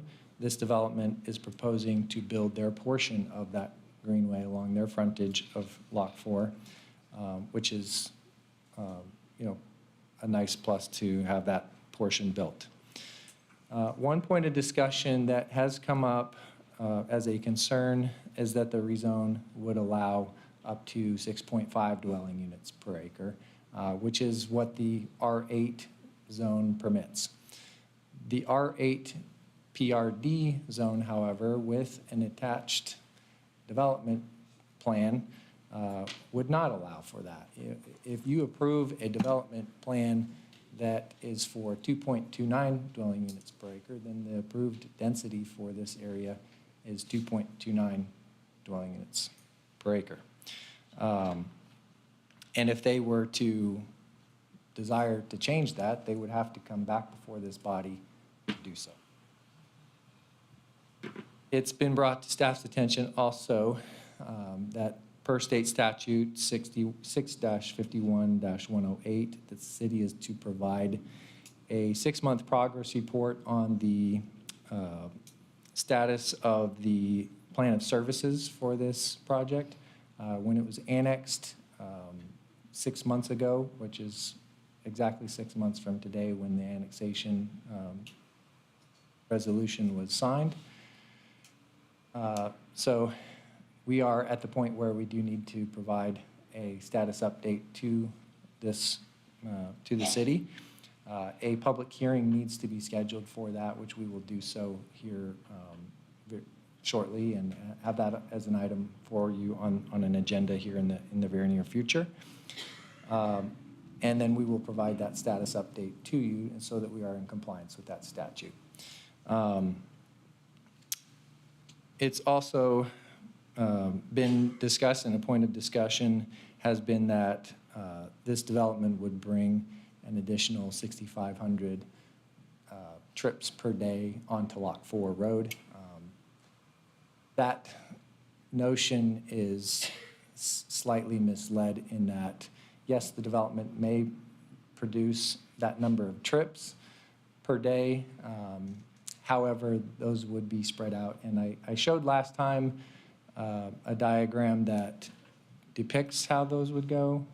And I'm going to try to pull that up here. So This diagram here depicts Lock 4 Road, which is this red line here, and then roads within the banks at Lock 4 heading east and west, and then north and south. This one being the connection that would connect in the future up to Clear Lake Meadows, and this one being a connection that goes through near where Bryan Drive is and connects up to Nichols Lane. The city has received preliminary development proposals in pre-application form that, you know, we would assume that these would move forward here in the near future. We don't know the for sure answer on that, whether that will be the case or not. However, I think we can at least assume that a connection up to Nichols Lane would be made via those other two roadways, which provides two additional connections besides Lock 4 to the north. And then also, we also know already as a part of course, Peach Valley Road is existing, and this connection to Peach Valley would be made near the middle of the project, not in the initial stage, but after a few phases of the project. I say all that just to illustrate that it's important to know that your trips will be distributed throughout this area, and it's probably one of the most well-connected peninsulas of all the peninsulas along this lake. This particular peninsula has the ability to connect to the east and west over to Route 109, which most of our other peninsulas in Gallatin, and if you look in Hendersonville as well, don't have connection to anything else other than up to 31, you know, the highway there. And so there's a unique ability in this one to be able to spread out that traffic a lot better and to not impact the existing roadways as much as they are. The developer is proposing to help the city as well with off-site improvements. And I know Aaron is going to speak to that here in a second. But those will also help us on Lock 4, on Nichols Lane, and also, I believe, at Peach Valley once these developments are made as well. Just want to point out one last thing. In a previous meeting, Jimmy Overton had mentioned that it was a strong desire of this city to make a connection up to Clear Lake Meadows. And with these proposed developments, that I think can finally be realized. It's not something that is necessarily just a plan in someone's thought or on a map somewhere. But, you know, if these proposed developments actually go through and develop their properties, they will pay for building that road. We don't have to pay for the building of that road. The developers would pay for that. So, Ladies and gentlemen, no comments from the audience, please. I just wanted to make those few points. I'm going to turn the time to Aaron to reiterate some information about the off-site improvements and other transportation-related issues. Thanks, Brian. I'm Aaron Hickson. I'm the Assistant City Engineer. I've got a couple of things for you tonight. First thing I wanted to do was read a letter that City Engineer Nick Tuttle had written. It says, "Thank you for giving me a minute to share a little on how the process of traffic planning has occurred with this development. As a Gallatin native and employee of the city for 18 years now, I've seen a lot of development occur not only here in Gallatin, but working with and talking to other communities and engineers across the Nashville area. Over those years, some things we have done well and some things we have not. The process that we have gone through with this development has been unlike any other. Traffic studying and planning have been at the forefront since before annexation even began. With the communication and feedback from everyone that has been involved throughout the annexation and rezoning process It has allowed us to dig very deeply into so many details that we normally don't get the chance due to the speed and timing of approvals that are required. Our office, our expert traffic consultant, and their team of engineers has spent hours upon hours studying, analyzing, discussing, listening, and then studying, analyzing, discussing, and listening some more. I also think that it's worth noting that the developer and all those on the developer's team have done this the right way, not just meeting the minimums or making us drag requirements out of them. Their posture has been more about asking how they can help and collaboratively seeking solutions. A letter from their traffic engineer was emailed to you and placed on your desk tonight that contains recommendations for improvements to be made in the area. To be here at this stage, the zoning approval, and have a very thorough list of 3.5 pages of scheduled improvements that the developer will be responsible for construction is unprecedented for us. The offsite commitments include, among other things, scheduled improvements at intersections along Lock 4 Road, the realignment of a portion of the Clear Lake Meadows Boulevard at the intersection of Nichols Lane, and even a pro rata contribution to go towards a traffic calming solution through the neighborhood, including Belvedere and Peninsula Drives. I know that this has been somewhat exhausting for all of us, but because of everyone's involvement, we have arrived at a solution that will not only mitigate the impacts of the development, but go above that to include other improvements that benefit everyone in the area and those that travel through. I would ask that you make an amendment to the ordinance to include this letter of recommendations to become requirements to be constructed or otherwise committed by the developer as a condition of approval for the rezoning. And again, that came from City Engineer Nick Tuttle. That Second- letter is on your desk and is summarized with all the ones. Correct. Yes, ma'am. The second thing I'd like to address is the 2007 planning report for the widening of Lock 4 Road, as this study's been referenced a few times throughout this process. This 2007 study primarily focused on improving multimodal accommodations along Lock 4 Road. Since that study was completed, the city has performed preliminary surveying and engineering and submitted several grant applications for multi-use paths until we are awarded a grant in 2021. Currently, we are working through the environmental approval process of that project, which will then be followed by the right-of-way design and then finally construction. My office feels that this grant, coupled with the improvements identified and committed by the bank's development, meet the intentions of this 2007 study. We contacted Neil Schaefer, who's both the firm that produced the 2007 study, as well as our expert traffic engineering consultants, and had a conversation with them last week and then earlier today. Their opinion is the intention of the 2007 study is being preserved with this city and developer partnership. And I just want to thank you and everyone that's been involved in this process to help get us where we are.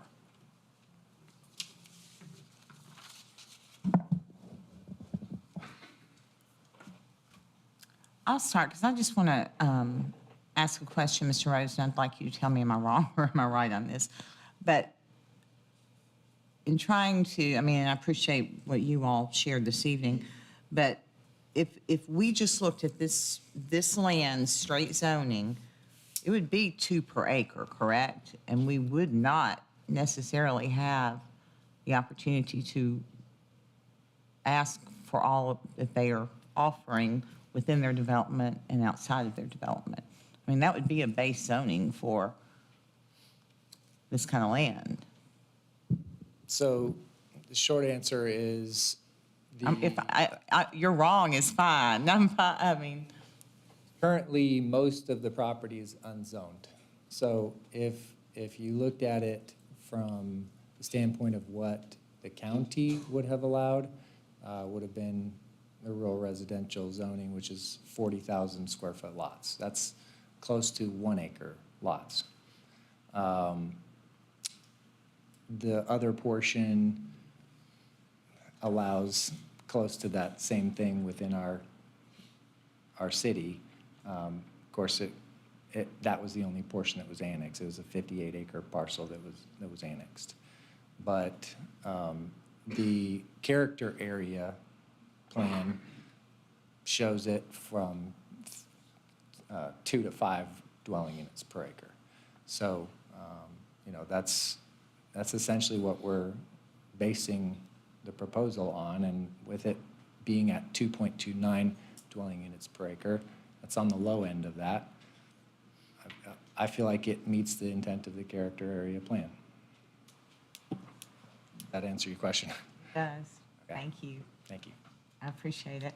And then the other thing that I was just thinking about when someone was speaking to it earlier, because everyone likes to talk about Plan Gallatin and what this was, and I think it's really important to recognize that in the previous long-range plan for the city of Gallatin, this area was actually zoned a far denser zoning.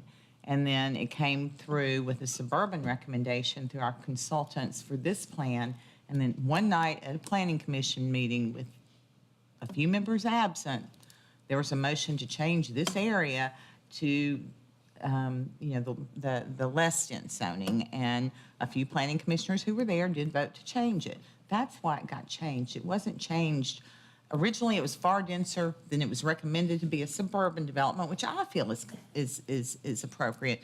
But then it was changed at the planning commission, and then it came to us, and we were like, whoa, wait, where'd this come from? Let's go back the direction where it kind of makes sense for that area. And when we say makes sense, to me, it's about being close to the water treatment plant and 109 and creating those connections. But, I mean, there's a lot. This is all very, very difficult, and there's not one of y'all sitting up here tonight that wishes we were having to consider this, I'm certain. We would all prefer for it to stay undeveloped land and not make people unhappy. And we also have But to it say happens. that these people have really stepped up and changed things from where it was. Well, and I think, and I did not ask Mr. Rose or Mr. Hickson, I didn't even know what they were going to say, but I think especially Mr. Tuttle offering from his years of experience is pretty significant. And I heard someone tonight talk about, what about, why? Basically what I took from their comments was Cambridge Farms is great. Well, to me, this is not dissimilar. I would think the density is very similar. I think the density is very similar to portions in Fairview. I mean, it's not that the problem is it's not 1 or 2 acre lots like was built, like I said last time we talked about, which is not being built anymore. I mean, that is not housing that people are willing to pay for.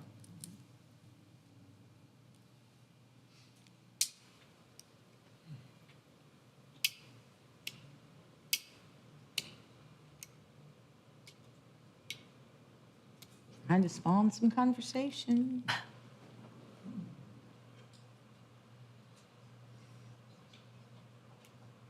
Where are we at? All we have is a motion to discuss. And are we finishing discussion over? Move for approval. Nobody's speaking, it's over. I make a motion to defer to the next council because I think we need full council for that. I have made the first motion. Had a motion to approve, then you said a motion to defer. I don't have a second. I feel that Craig should be here. I'll second his motion. I think Eileen's motion was first, though. Isn't that right? Yes. So the motion to approve.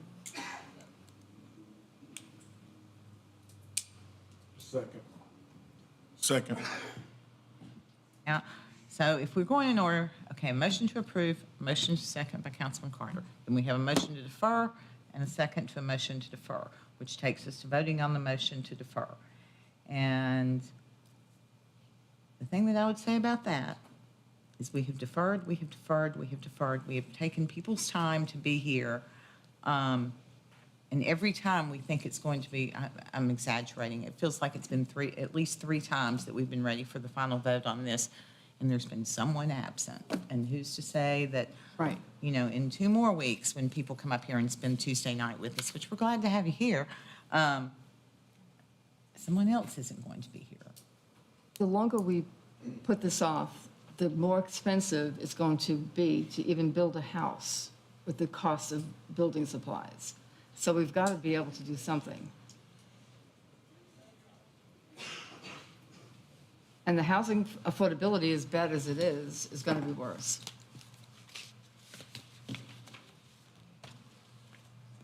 Can A we get motion to and vote on the second to motion? defer. All in favor of deferring, please say aye. Aye. Opposed? No. I have Councilman Carter and Councilwoman George against deferring, and Fennell, Love, and Fan for deferring. Huh? Oh, and Juvance, I'm so sorry. So we will defer it, I guess, to the next council meeting. You did not define. Yes, ma'am. Okay, without objection. Next council meeting. There is a chance I will not be here, so I'm telling you all right now, but I will try to be. So When will we'll- that be? Huh? What day is that? May 21st. May 21st. All right, moving now to second reading on ordinance 02404-17. Councilman Carter, you want to take it? I will. Thank you, Mayor. This is an ordinance appropriating $2,364.64 from insurance recovery to replace a damaged portable radio. I so move. Second. Motion by Councilman Carter, second by Vice Mayor Love. Any questions? All in favor, please say aye. Aye. Opposed? Passes unanimously. Let's pause for a moment while everyone exits the room.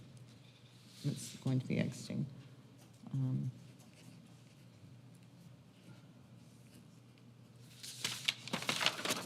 Okay, item number 6, first reading on ordinance 02404-18. Councilwoman George.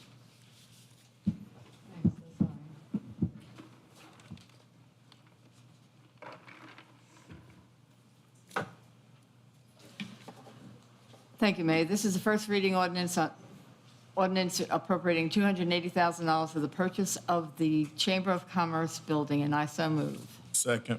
Motion by Councilwoman George, second by Councilman Carter. Any discussion? Johnson. Thank you, Mayor. I think part of our job is to protect taxpayer money. The issue I have with the appraisal is that I don't really know how we can appraise that building because there is no land. And that got said several times during the appraisal. I think you're saying we need an appraisal. I sent you an appraisal. Yes, ma'am. But, yeah, you can translate for me. The issue that he has with the appraisal is he doesn't know how you can appraise it when there is no land. That was the basis of this appraisal that they did. Yeah. They, as I said, I didn't agree with the methodology, but that's what they did. Yeah, and they talk about hypothetical condition.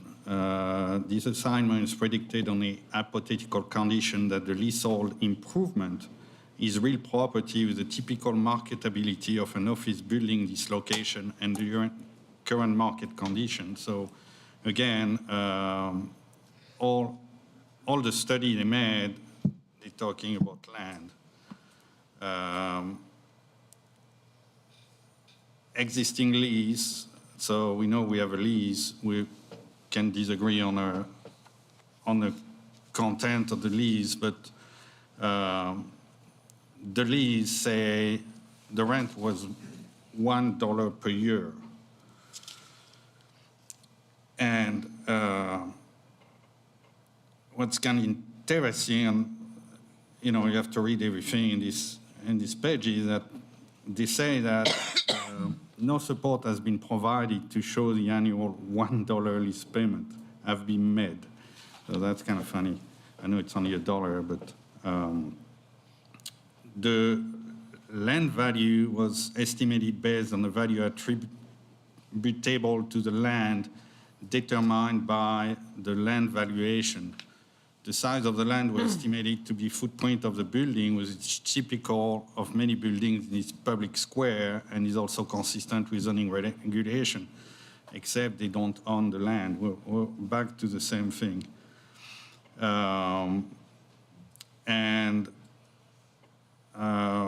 middle of the appraisal, they explain what lease land is. Circumstances where landowners allow a party to construct an improvement on their property.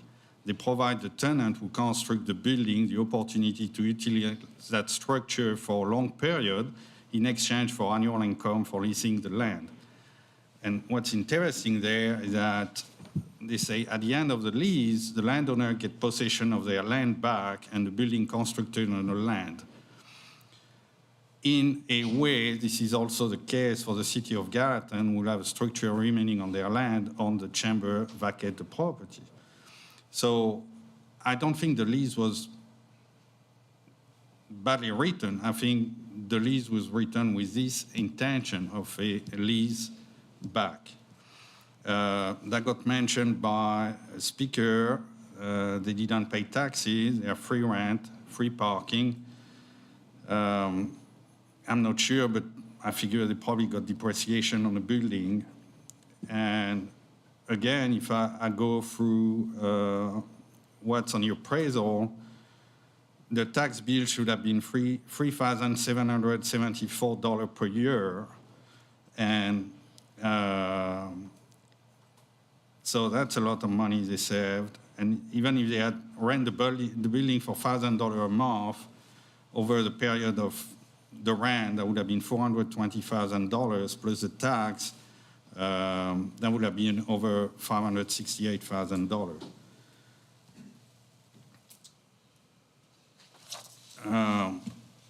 I've issue with giving money on stuff like that, but again, we need to study what's real. So I looked at the ENR index data with the building cost index data, and in 1988, that was just for numbers, 2598. In 2024, that was 8,300. That's basically saying that the cost to build a building between 1988 when they built it and 2024 was 3.2 times more expensive. So the cost for them to build it was 3.2 times less than what that would cost today. The building value per the appraisal on page 81 is almost $370,000. If we use the NR index, in 1988, that would have cost them $115,000. If we put a 25% depreciation the appraisal want to use, that would be a little more than $86,000. And that's the real value of the building. Again, the chamber do a good job, but we're looking at taxpayer money, and at a building, you guys think we're going to destroy in a year if Phoenix happen. So I think we need to be good neighbor, and they should be thankful for the city to have let them basically live for free for 36 years. So they should not cash back on us. But again, if we go to the extreme, if we have to follow what's in the lease, I suppose we have to follow the appraisal too.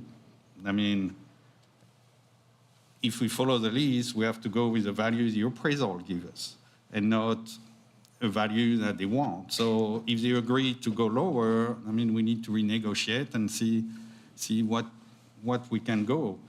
I don't know on the legal side, but the way I see it is that if we have to follow the lease and we have only one appraisal, we have to go to the value the appraisal gives us. There are two appraisals. And I disagree with that. There are two appraisals. There are two we have two appraisals. The appraisals. chamber has one as well. That's where they're asking prices from. Can I say something? Or May I say something?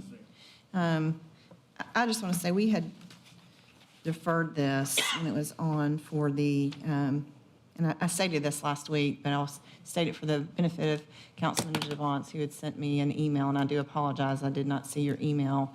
He had asked last week that this be deferred, and I did not see his email because I was busy getting ready for meeting. So I do apologize that I didn't see that, because I definitely would have advised the body of that. But just for Councilman Javance, I'm sure you've gone back and listened to the meeting, but just for your benefit, I wanted to let you know that we had deferred it because there was a question, and a council member had asked me to contact a certain real estate firm and attorneys that are in the area. And I did that because there was a disagreement with what the lease said. And when I contacted those real estate attorneys, they said that, yes, the intent of the lease is that we have to purchase it from the chamber.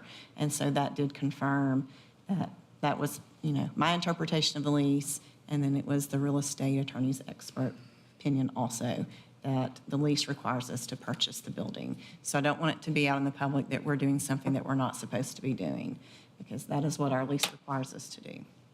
And we do have 2 appraisals. The city got an appraisal and the chamber got an appraisal.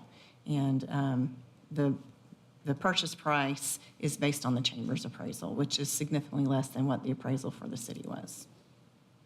Thank you, Ms. Macaulay. Is there anyone else with any comments? Well, Ms. Macaulay she just stated what I was going to have her to state, or going to request from her. So with that being stated, I mean, we have the information that's been presented. The chamber is asking significantly lower than what our own person told us. So I think we just are ready to vote on it.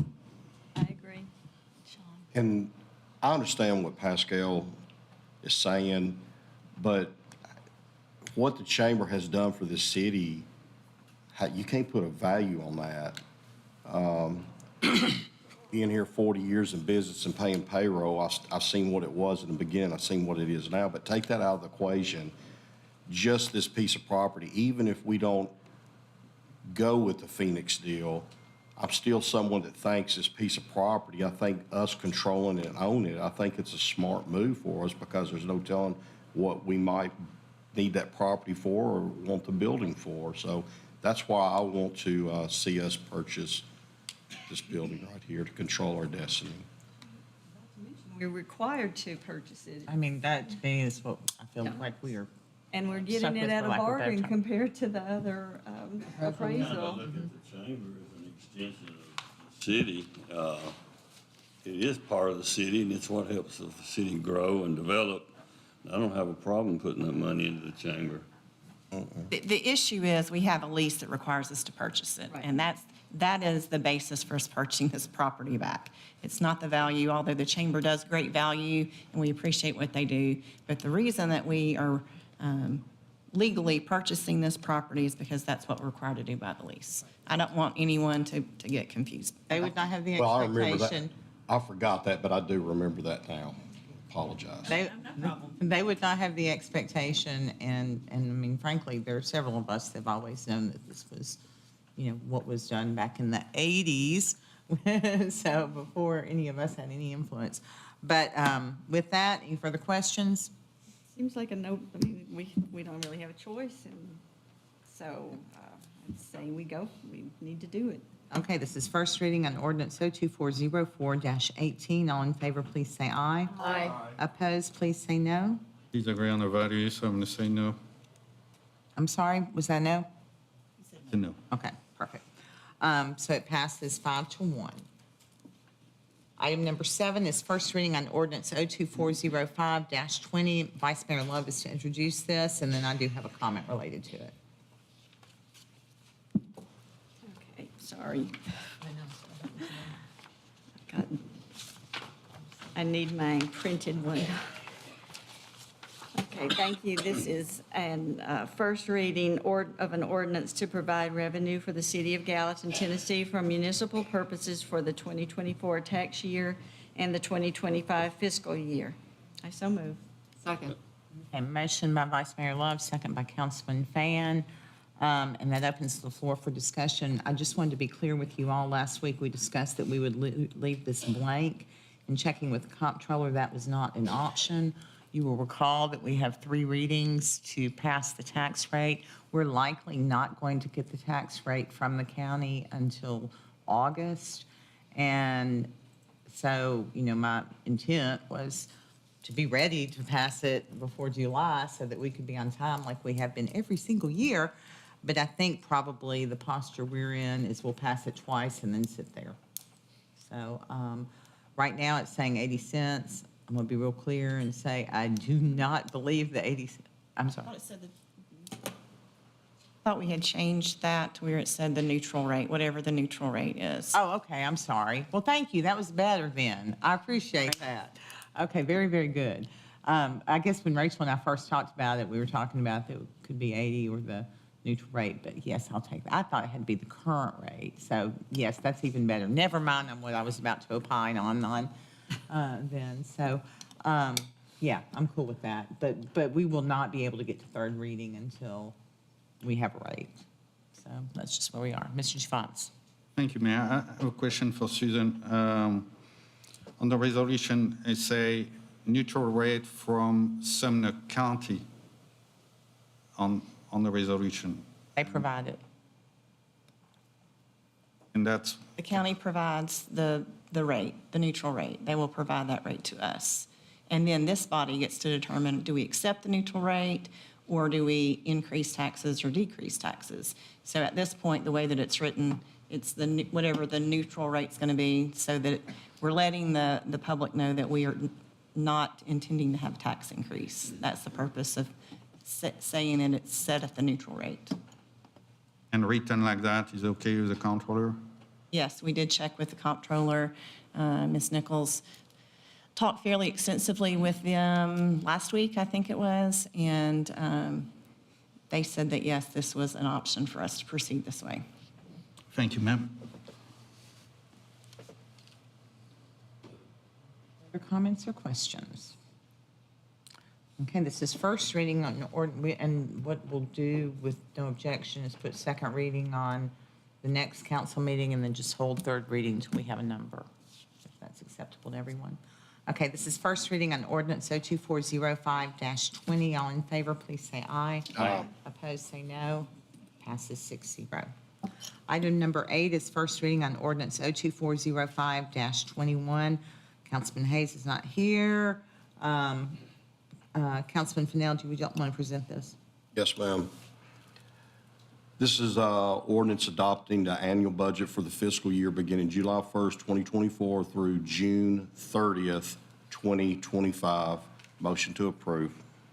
Second. Motion to approve by Councilwoman Fennell, second by Councilwoman George. Opening the floor for questions and discussion. I will likely have some small adjustments for the second reading, but I don't foresee anything very substantial on mine or the finance director's end. But, Mr. Javance. Thank you, Mayor. I was not there when you did the presentation. I was actually in the air looking at it until they cut my feet, so I saw only 1 hour of the meeting. I got two things you were talking about. If you can please elaborate on that, because like I said, I was not there. You talk about changing the scale on the city planner and the director of HR, and kind of surprised about that. So can you expand on that, please, madam? Those were, I think I explained last time, those were two positions that were in a grade, and I always mess up talking about grades and classes, so don't hesitate to wave at me if I say something wrong. That were in a grade with assistants, and they felt like they should be in the grade, or not necessarily they, but as we were talking through HR issues and where planners should be, where department directors should be versus assistant department directors, we felt like that there was some need to take those two specific departments, which were the only ones, out of the category with assistants, and we put them in the class. I think building officials also in that grade, and maybe one other department head. And it certainly seemed, realize that when a pay study is done, a lot of times the consultant that's doing that kind of looks at the current situation, evaluates what the workload is at that time, and those things certainly change over time. So. I talked to the planner about it, so he's not surprised, but again, it's all about optics, because we have new hire was been there for 3 months, and I had not even mentioned that to him. This was. no, but I'm just saying I talked to him before, so he didn't got surprised of what I was going to say. But every time I got hired somewhere and was salary negotiation, I accepted the salary or not. And 3 months later, I think it's kind of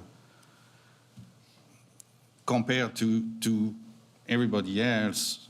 I think it's kind of hard to balance, because how we explain that to other department where. Yeah, we in doing this, we did kind of, and this has happened with other department heads over the years in various circumstances. But we kind of did look at, who'd been here, who was where, make sure that there was nobody hopscotching over anybody.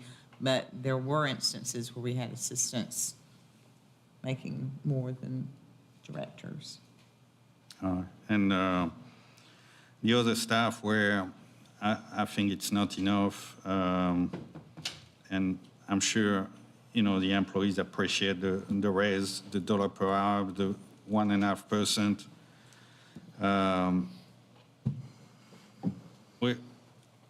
We are on, the CPI for March was 3.5% up from February. So the inflation on the paper is at 3.5, but when I go get my groceries, it's more than 3.5%. It's becoming ridiculous. And I know it's money, and it's probably a lot of money, but we have a lot of open position we can't fill, and we can't fill this position because we don't offer enough money. I think that the main staff. People need to be able to make enough money to survive. And I remember at a meeting, a few months ago when Mr. Dupriest came and was, seeing issues with his open position. When I asked him, what can we do for you? And that's what he said. He said, we need more money. And I know it's a balance, Mayor. We need to find the money somewhere. But I think you have to look comprehensively as what the increases have been over the last 3 years. Pay study increased last year on the lower wage. You're looking at almost 10% when you add in that 2.5% step. And this is after we spent over $1 million last year with wage increases in addition to the step increases, which were more than that. And then we're doing 1.2 or 3 this year, in addition to the step increases, which are more than that. So when you look, yes, we would love to pay people just whatever we wanted to be able to attract them to work for the city of Gallatin. But there are other challenges. There are, and I think most of our departments have an excellent culture, but there's culture, there's benefits. And what we have seen as a real challenge here is people finding housing here and being able to live here. I know. We have a lady that works in City Hall that has been trying to find an apartment in Gallatin for 5 years that I know of, and she just found a place to rent last week. That was the point I'm going to make, where that actually brought to me by someone, is that, if you look at equipment operator 2, I just took that line in the middle of I don't know what you said, I'm sorry. equipment operator level 2. I just took that line. Thank you. Why? Because that was right in front of my screen. We make $46,000 a year on base. And we know that with the cost of living, the cost of housing, it's hard. So at one point, when the cost of living is so much that they can afford it, they're going to try to go outside of the city and find something cheaper. But if we look at emergency group of employees who have to stay in a certain radius of the city because they have to, if you take gas department, they have to be available and stay in certain radius of the city, police too. At one point, we're going to lose these people because they can put food on the table. They're going to have to choose between, paying the rent here or the mortgage. And so that's where I'm concerned. And I think... Well, and I appreciate that, and I think we're all concerned, and like I said, I would love to pay people, but we have to set some guidelines to help us know what that pay is that's appropriate. And I think for any employer, it's about being competitive based on the position. I think we'd all love to just hand out money, but what we're trying to do is pay to fill the positions that we have. In some areas, like what they're trying to do with hiring planners right now, there aren't any planners. I don't know where they're going to come from. We were talking about codes inspectors today. Same thing. Some of the skilled trades, there's demand for them every single place. And thankfully, we can compete because we can provide some benefits that some of the other companies aren't able to provide in the private sector. Some provide better. But, it's like you said, it's a balance. And I'm sure every employee loves to hear people advocating for them for more pay. But, someone was speaking about, us using the reserve funds. That's not irresponsible. We're using the reserve funds to fund capital that we could have put off purchasing or that we would have purchased mid-year and it come from reserve funds. But we have to balance our operating budget with our revenue. And so at what point are you going to say, let's raise taxes to support this? That's what it comes down to. And I don't want to raise taxes, but again, we're going to have to do that at one point if we want to keep our people to work. And if we continue exploding the way we do, we're not going to have choice because we're going to run out of money or we're going to run out of people. You were talking about trade. You look at welder. I think I was talking with Mr. Kellogg this week, and the welding came on, and welder is highly trade, and it's probably one of the most paid jobs right now on the market because you can't find, good welders. So we have to, with what we offer to pay, we're not going to get a welder, and we have to use contract. And at one point, the balance between contract, what we pay for a contractor, and what we could have in-house, I know it's not easy, and I appreciate the job you're doing on that, but we're going to have to make a choice at one point to keep the employees we have and the people who want to work there, but we're going to have to leave because they can't afford to work for us. But the perpetual challenge, and this has been predicted from 15 years, is we have an employee workforce shortage in Middle Tennessee. It has been exacerbated by people moving to this area who don't work here. They're either early retirees or they're working remotely. I do not know how to create employees without increasing population, or I don't know where they're going to come from. And that has been discussed. That has been discussed in these parts for at least a decade, maybe 2 decades. This is what's going to happen. Now, it happened a little quicker than they anticipated, but we've made significant increases in employee pay 3 years in a row now. We were consistent even during COVID, but with bonuses, because we were a little frightened of how to commit ourselves long term. But these last 3 years have been very significant between the pay study and 2 sizable pay increases that other governments are not doing, or not doing to the same degree that we are.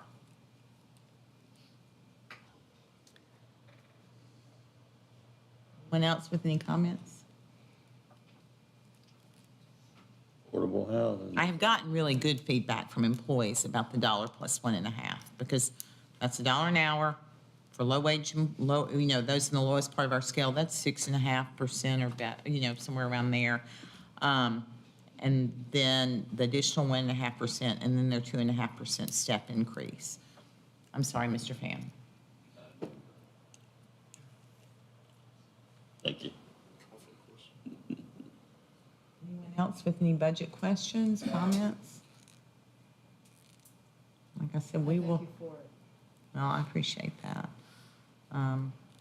Not every department head has been 100% pleased, as expected. But I think several have been very pleased, and our taxpayers should certainly be pleased, too. Ready to vote on first reading? Okay. This is first reading on ordinance 02405-21. All in favor say aye. Aye. Opposed say no. No. Okay, it passes 5-1. Item 9 is resolution R2404-25. Vice Mayor Love. Thank you, Mayor. This is a resolution authorizing the issuance, sale, and payment of gas system revenue bonds of the City of Gallatin, Tennessee, in one or more series in the aggregate principal amount not to exceed $9,250,000. I so move. Second. Motion by Vice Mayor Love, second by Councilwoman George. Opening the floor for discussion. Mr. Givons. Thank you, Mayor. I would like to see numbers. I talked with Mr. Kellogg's, who offered to being able to bring us some numbers at the next work session to show basically what we're going to do, how much potential money we can make, how long it's going to take us to recoup the money. So I would like to defer for the next council so we can hear from Mr. Kellogg's about that project and what's going to happen when we spend that potentially $9.5 million, because I don't like to spend money without having a business plan, if we can say that like that. And I'm pretty sure you will not do that with your own money. So you're a business owner. You will not just spend money without make sure the numbers make sense. So I'm like that. So I'll make a motion to defer for the next station and having Mr. Kellogg's present us with numbers and at the next work session next week. I got the motion to defer part. There's a motion to defer by Councilman Givons. Motion to defer dies for lack of a second. Goes back to the original motion. Are there any comments or questions? All right, so I'm gonna, all right, again, I come back to kind of follow the budget and the employees. There's right now at least 18 open positions on the department, on the gas, on the GP, and 20% of the department with majority open position in the gas. So again, we're going to expand outside of the city when we barely have enough people to take care of what we have. So I call that madness. I looked at the numbers of employees we had 2020 on the gas department. We had 25 employees with 2 open jobs. Right now, we have 28 employees with 5 open jobs. So we have the same, basically, we have the same number of employees we had 4 years ago. From the Census Bureau, we went from 18,000, a little more than 18,000 household unit in 2020 to 20,000 in 22, and that's a 8.4 growth. So if we keep growing like that, that basically put us over 23,000 households. So we have the same amount of people, but we grow by 5,000 households. So I think we need to make sure we can take care on that project and make sure, and I don't think we can. So if you look at history books, every time leaders try to expand over their reach, that failed. right now, I don't think we need to expand until we fix what we have, until we have full people, because again, you stretch your people at a point where they don't want to take it anymore, and they're gonna go somewhere else where they're gonna make the same amount of money and work less. So I will vote no for that because I don't have a plan, and I don't think we can afford it. Any other comments, questions? You're talking about number 9, correct? Yes. Resolution R2404-25. All in favor, please say aye. Aye. Opposed, say no. No. Passes 5-1. Item number 10 is Resolution R2404-29. Councilman Giovanni, you're recognized. Thank you, Mayor. It's a resolution appointing Rosemary Betts, Brian Rose, Nick Tuttle, and Richard DePriest as committee members of the Consultant Evaluation Committee. And I so move. Second that. Motion by Councilman Giovanni, second by Councilman Fennell. Is there any discussion? Are there any questions? This is Resolution R2404-29. All in favor say aye. Aye. Opposed, say no. Mayor? Oh, I'm so sorry, what? Can I go back and ask Mr. Giovanni a question on the last number 9?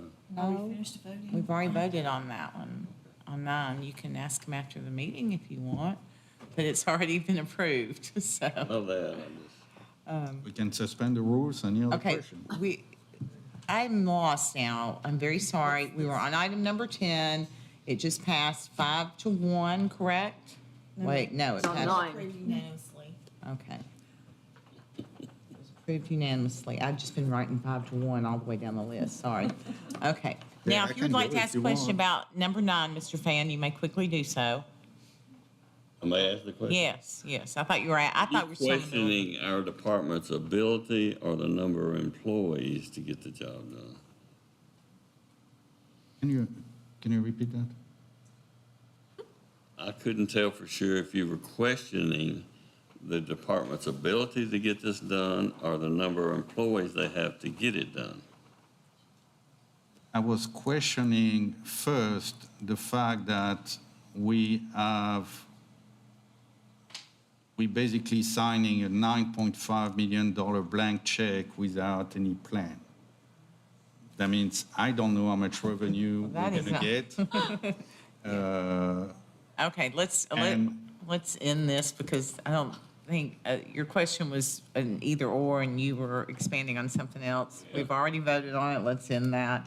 Move on to item number 11, resolution, stop it. Stop, Mr. Fan, resolution R2405-32. Councilman Fan, you are recognized. Thank you, Mayor. This is a resolution authorizing Gallatin Public Works to loan the city of Portland a garbage truck for use during the 2024 Strawberry Festival, and I so move. Second. Okay, motion by Councilman Fan, second by Vice Mayor Love. Would y'all like to discuss? I like strawberries. No, resolution R2405-32, all in favor say aye. Aye. Opposed, say no. Passes unanimously. Item 12 is resolution R2405-34, Councilman Carter. Thank you, Mayor. This is a resolution approving a waiver of any applicable application, permitting, and other fees related to the construction of new facilities in Clearview Park, and I so move. Second. Motion by Councilman Carter, second by Councilwoman George. Any questions, any discussion? Resolution R2405-34, all in favor say aye. Aye. Opposed, say no. Passes unanimously. And item 13 is resolution R2405-35, and Councilman Dumont, you're recognized. Thank you, Mayor. It's a resolution authorizing the mayor to execute an interlocal agreement between Sumner County and the city of Gallatin, Tennessee, for the use of county inmate labor. And I so move. Motion by Councilman Dumont, second by Councilman Fan. I'd like Ms. Hamacali to describe just a wee bit of what the issue is and why we need you to be aware of what it is we're signing, because we are having to assume some liability. Yes. Sorry. So the county has come back. There was one interlocal agreement that was originally proposed by the county. I spoke with the county law director. Originally, the county was asking that all, not just Gallatin, all municipalities pay for any medical expenses and any liability. That is in opposition to the way the law is written directly. And so we discussed that, and it was changed. There is something in the law, however, that does say that if we do not exercise due care, that in our supervision of these inmates, that we can be responsible. So, and we are not covered. Our insurance will not cover us for that. So I don't know what due care of supervision. I mean, that's going to be an issue if someone gets injured. I think there could be an issue of we weren't, the county might say, well, they weren't supervising properly and that's why they got injured. And then we're going to have an issue. And that's just for this body to determine. I know that two of our departments are desperate for the use of these inmates. And I think it's it's worked out really well for us in the past. And we haven't had any issues. Some other municipalities have had issues. But it is my duty to let you know that if an inmate is injured and there is an issue of whether or not we were supervising properly and we didn't issue due care in our supervision, the city could be responsible, and that will have to come from our general fund because we do not have insurance that will cover that. And how would that happen? Would it be the county's insurance? I mean, they're self-insured, but would their insurance representative say, wait, no, this was Gallatin's negligence, and then sue us to have that determined? That is unknown at this point. Councilman Javance may have an answer. Thank you, Susan. I asked the same question to the county director of law, and basically how he defined it would be if it's negligence. That would have to be proved that we did an act of negligence to. Correct, I just don't know. Yeah. Do we What's have to the go to course? court? Do we have to Would go they to have court to to sue? prove it? Because this is, this is new. I mean, And to I me, they just- would. Is it possible to get them to sign a waiver? The inmates? No, someone has to pay for their care while they're incarcerated. Susan, Yes. you said the law has changed. Years ago, The somebody. law really hasn't changed. Well, years ago, somebody come on my place, and it was a linen service, and they got hit in the face with a pipe by accident, and it went to litigation, but the linen company turned around and said, well, they was our employees, so our insurance was covering for them when This they is was. per statute. There's a Tennessee statute on inmate labor, use of inmate labor. And typically, the county is going to be responsible for all of their medical care per statute. However, there's something in a different statute that says that while they are out and we are supervising them, if we do not exercise due care in our supervision and they get injured, we can be responsible for their medical expenses. That's by statute. And so we've never had that issue with our departments. I think all of this changed, and the departments know more than I do because there was an issue with another municipality. And I think that is what happened. Was not us. To start this conversation. That started this whole issue. And so the county is trying to cover their bases. This is the law. So they're not doing something they shouldn't be doing. It's the law. But I just need to tell you, because it's, we don't have to use inmate labor. I know that our departments want to. And so it's your decision as the policymakers of whether we use that or not. And you just need to understand that we may be taking on some liability. But nothing has changed from the time when we used to use it. We had a different agreement a different interlocal agreement. If the inmates know this and they come out, they also may be willing. I mean, we can't control any of that. Right, but I'm just saying, they may will be willing to hurt themselves to blame somebody. They don't benefit. Well, they don't benefit. They're going to get their medical expenses covered either way. I mean, this day of time, I think that we need to take advantage of the inmates to certainly pull some stress off our departments. I mean, if we need to make a motion, I'll make a motion that we continue with the inmate labor. Well, I think We you. already have a motion We already and a have a second. motion. It's a, I didn't understand what, We already have a motion and a second. okay, all right, sorry. You're good. Anything else? Ready to vote? It's Resolution R2405-35. All in favor say aye. Aye. Opposed, say no. It does pass unanimously. That concludes the regular agenda. It brings us to other business. I know that Mr. Brown has a resolution that he's going to ask for approval due to the timing related to a grant. I also have a street closure to present. Yes, a few weeks ago, I came and asked for permission to apply for a state grant. That was the intent to apply. We have passed that phase. Now we're in the second phase of applying further to get the grant, and it's required that the city acknowledge or approve that if we get the grant, that the funding will be available for this grant. It's a $1 million grant. We'll be responsible for $500,000, and it's to purchase land. and the resolution was passed out to you Yes. at the beginning of the meeting. It's Resolution R2405-37. And the first thing that you need to do, if you're going to consider this, is to pass the motion to consider it because it has not been considered at a work session. So that would be the first motion. I move that we consider this. Motion by Vice Mayor Love, second by Councilman Van, to consider Resolution R2405-37. All in favor, please say aye. Aye. Opposed, say no. Unanimously And I approved to consider. apologize, but the reason that the deadline for our grant to get this in is September the 22nd. So the 21st would be the next council meeting, and we have to get it down there I mean, I May. think you mean that May. next day. I think you mean May. May, yeah, May, I'm sorry. Did I say September? You said I September. wrote September down.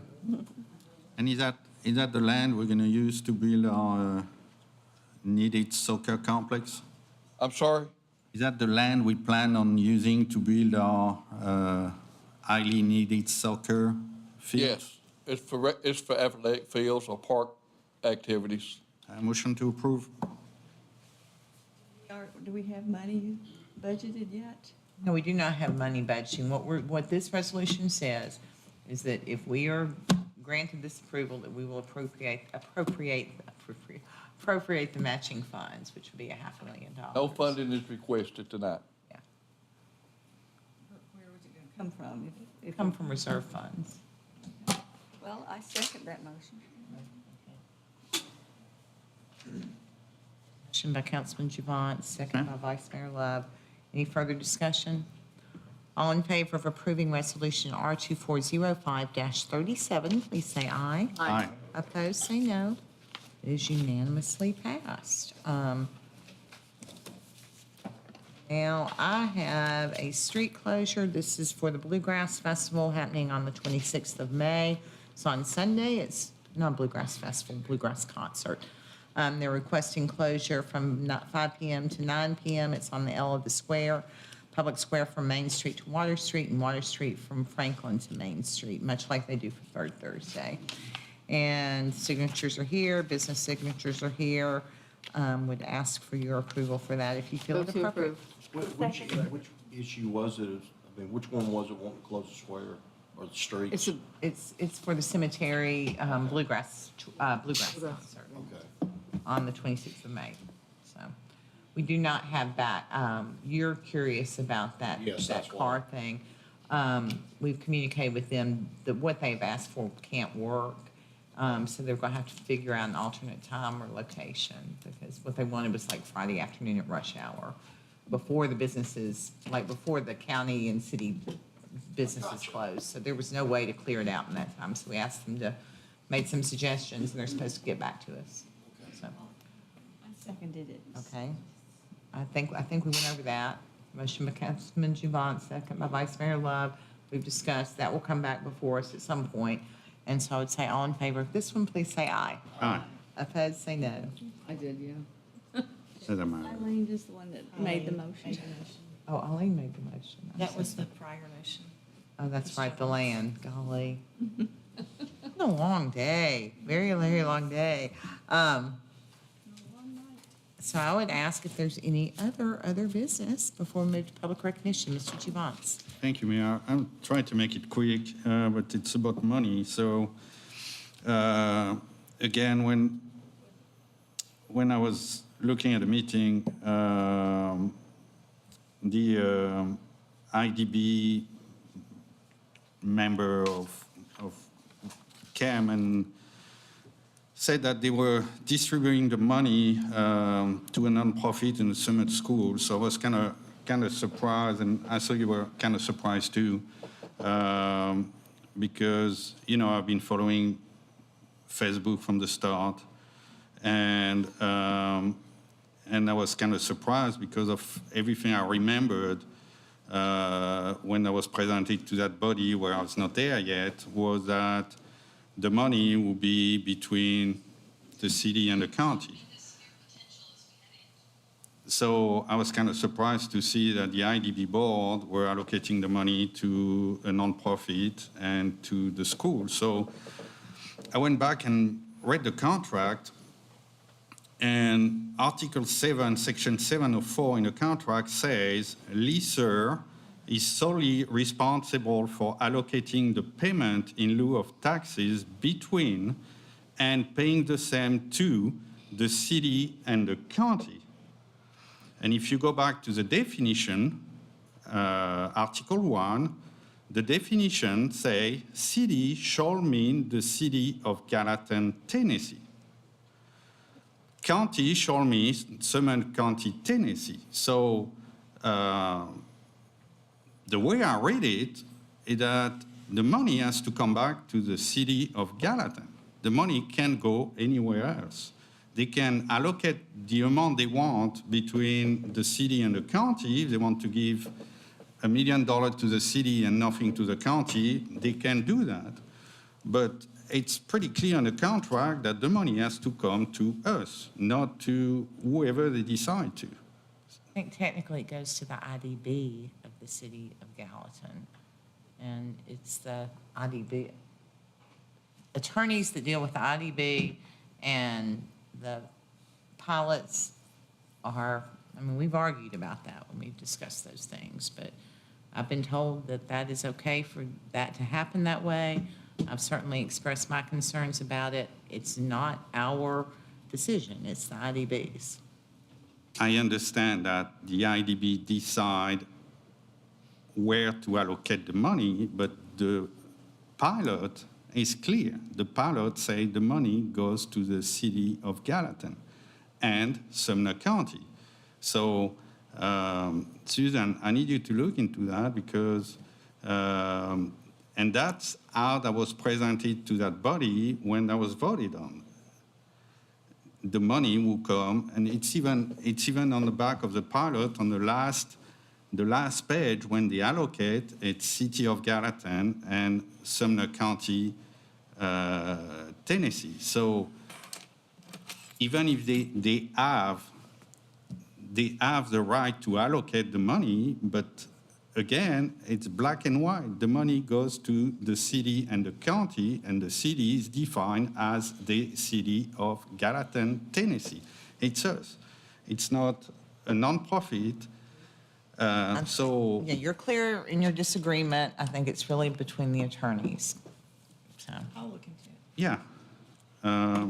And the other one, again, I brought to you guys months ago the discrepancy with the contract and the Resource Authority Board about overcharging us money. So because the fire, we have to spend more money to dump our trash somewhere else. My question was, did we got, because I don't think we changed the contract, so I suppose they went back to the rate they're supposed to charge us. But if they did that, did we got money back from what they overcharged us? Because that would let us, pay for what we have to pay right now, even if we are partners, but we still have a contract and, I have been in conversations with the Resource Authority's attorney with a fire that's kind of gotten put off, but I will restart those conversations. Thank you, ma'am. But I think appreciate it's it. important to recognize that even if they were to refund us the money, then they're going to turn around and charge us because the money that we're paying them is covering their cost. It's, I mean, we're a partner like two other entities, and the cost is the cost, and that's what the board has approved for us to pay, and there was a mess up in an agreement that needed to be updated, but the money they've still got to have the money. I mean, and so they may give it back to us, but they're going to turn around and get it from us again. If we have questions like this for Susan, why not just call her and ask her instead of during a meeting? Because we're supposed to be doing But you're business in asking public. a question of the attorney. Well, it's also difficult when there are questions, asked that could be addressed before a meeting. I mean, there are certainly, especially when sometimes they're out of, nowhere that I'm possibly thinking, and I try to come up with an answer, be very helpful. And most everybody's pretty good about that, and you've all gotten really good with doing that with our department heads, and I appreciate it. I think everyone wants to be prepared, everyone wants to present a knowledgeable answer and not be caught off guard, so appreciate you mentioning that. Anyone else with other business? All right, we move now to public recognition on non-agenda related items. I'm sorry if you've been waiting all evening, but this would be your opportunity to speak on items that are not on the agenda. Motion to adjourn.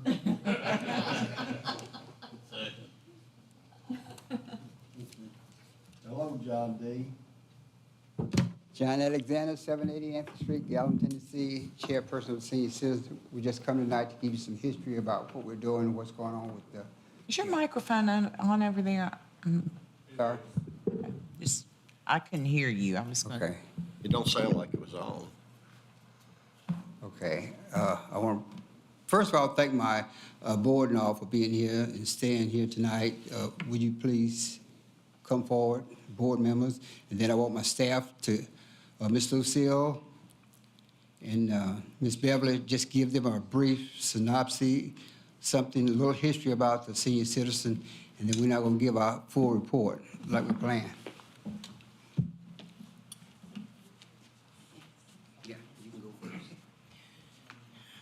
My name is Lucille Koch. I live at 236 Gibbs Lane in Gallatin. Please forgive my scratchy throat. Allergies are killing me this time of year. Okay, a couple of things. In the last year and a half, we ran some numbers today. We've had 467 members come through our doors, whether they come through daily or they come through weekly or they come through once a month, for a specific event that we do. Some of the events that we've done are, we've done 20 education programs, different types of programs such as Medicare, legal aid, etc. We've done 24 different classes on health education. So we've done things like hearing tests, Medicare information, cooking classes, budgeting for your food budget, fall prevention, those kind of things. Exercise classes, we've had 348 classes. Tai Chi twice a week, line dance twice a week, and low impact exercise twice a week. So we've had all that. We just got a grant to buy the sedentary exercise bikes that you sit in a regular chair and pedal, that we can use that for feet or hands for our participants. And we've also gotten the exercise bands that they use in the classes. Recreation, we've done things like bingo, potluck, musical events, karaoke, watercolor and rock painting. We're gonna be doing acrylic painting, jewelry classes, mobile library, the pool room, various yard sales, in or outdoors, depending on the weather, holiday events, dance parties, and other fun events for a total of 1,900 events. We've done 2 computer classes where the participants ended up being able to go home with their brand new Chromebook. We have several people who'd like to do it, but because the American Connectivity Act has ended, they're not going to be able to afford internet for $10 a month anymore because that's going away. So we're trying to work ways to do that. One of the things we're looking at doing is making part of our space into a computer area so they have time to practice and we could do classes. A little bit about me, myself, and the director put together things like all the grants and everything that we have to do for the city, Sumner County, United Way, and GNRC. And then the board of directors and the director itself, herself approves it. We've applied in the last year and received the earned retention credit for retaining our employees during COVID. Since we weren't open, they did things like the grocery program, telephone reassurance, painting at the center, and they did all that. So we kept those employees. Those employees was our cook, one maintenance person, and the director. And then I also do the daily entry into our database and the monthly entries up to the federal database. So we've had quite a lot going on. This is with one employee, one 50-hour-a-week volunteer, me, and 3 other volunteers for a couple of hours a week. And we've tried to see if we can add extra staff, but funding is one of the ways that that'll happen. Right now, that's where we're at. Thank you. Yeah. Good evening. I am Chaplain Deborah Austin, and I am on the board of directors for the Senior Center.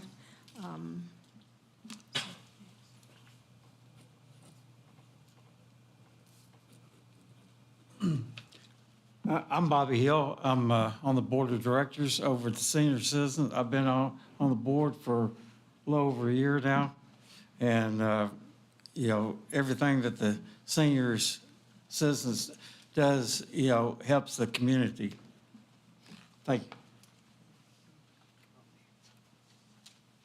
Good evening. Thank y'all for allowing me to be here. My name is Rhonda Hobby. I live at 217 East Franklin Street. I live across the street from the Gallatin Senior Center. I come from Mobile, Alabama. I moved here in 2018. I fell in love with this town. I didn't know anybody. I didn't know anything. And I had somebody tell me, well, you know, go across the street to the Senior Center. It's like, okay. So I go over there. They made me feel like I was a person. I was welcome. When you walk in, it's like walking into a second home. With all the construction that's going on, I'm telling you that it's very hard for me to keep my house clean. But when you go into the Senior Center, you don't have to worry about that. It stays clean. I've heard different people say, well, there's a lot of stuff there. Well, of course there is. It's a Senior Center. There's always something to do there. I volunteer there. I call bingo. I help with the jury class. I help do what I can. And, you know, if funding is stopped, it makes an individual like me feel, well, I have nowhere to go. I feel like I'm being squeezed out of this town that I fell in love with. So where else are we to go? What else are we to do? I mean, suicide rate is high.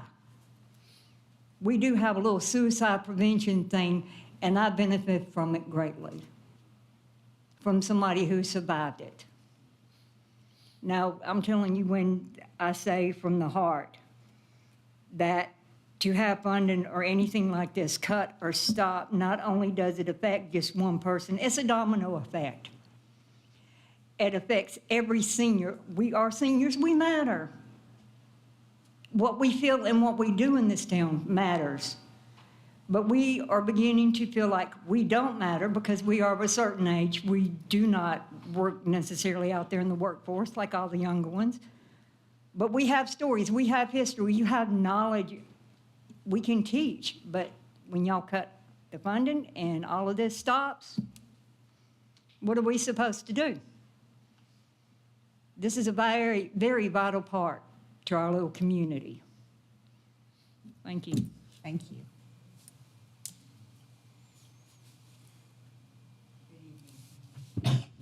My name is Marilyn Garcia. I am at 2325 Nashville Pike at the Stone Ridge apartment complex.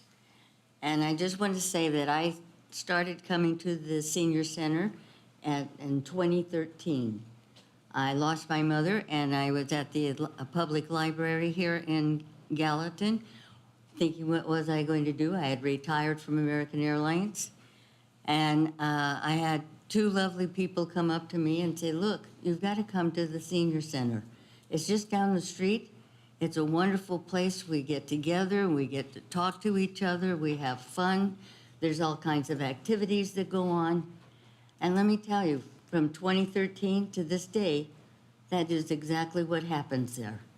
It is a wonderful place. It gives people who no longer have a sense of purpose because we're retired, that we can come to this place and we get community, we get to care for one another, we can have joy with each other, and we can be with each other when sorrow takes place.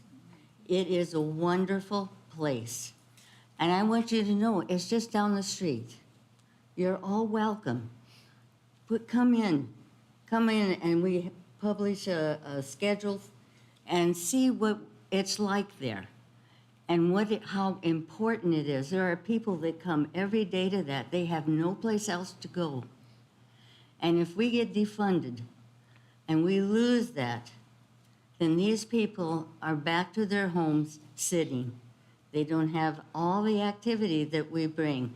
When we started the watercolor project, let me tell you, it started with 6 people. Now it's 15. Because word of mouth has brought people in and have signed up to be with our senior center and weren't coming, and now they are coming because they find out that it is a lot of fun. Everyone goes home with a painting, and they feel like artists. But please, we need to have this. The seniors of this community, most of those people, I am not from Tennessee, but most of those people were born and raised in Gallatin, and this means a lot to them. So we do need it, and we do need funding for it. Thank you very much. Hello, my name is Beverly Stovall, and I live at 313 Park Street in Gallatin, Tennessee. I've been here for 33 years. And I recently was told that we were going to be losing funding. During the year of 2022 and 2023, we had a park when the city or the county decided that they were going to build a new parking area. We had a parking issue problem with the Christian Towers. With the Christian Towers. So there was a lot of disparaging remarks said about myself as well as about the Gallatin Senior Citizen Center. And I want you to know that that was resolved. And I have just, if I may read to you, something from the attorney that represented both the Christian Towers and the Manor. He said, please accept this correspondence on behalf of Christian Towers of Gallatin Incorporated and Gallatin Senior Housing Incorporated as a full retraction of all allegations set forth in Ms. Clifton's June 7, 2023 email. Both entities sincerely regret that the email was sent to each of you, as neither entity intended to impugn the integrity of the Gallatin Senior Citizen Center or its Executive Director, Beverly Stovall. And I just wanted to read you that. Thank you. Thank all of you. I want to just wrap this up by saying I appreciate and thank you all for your consideration of your generous gifts to the senior citizen. We would like for you to reconsider the $2,500 back to what we had requested, $25,000. Let me do this, some plans that we have, and I'll go over with you. And all of you are invited to come anytime. We'd love to have you to come. But here's some things that we're planning to do. I found out today we've got about 40 parking spaces that we are currently using. Well, if we revamp the parking lot, move the dumpster, and do some things, we can pick up an additional 10 to 15 parking spaces. So that's what we're planning to do, revamp the parking lot and have it repaved and restriped. Also, we have a room with a lot of, I guess what you call treasures in, that I kind of want to do away with the thrift store. people are real nice about giving things to the senior citizens, but it gets to be too much sometimes to handle.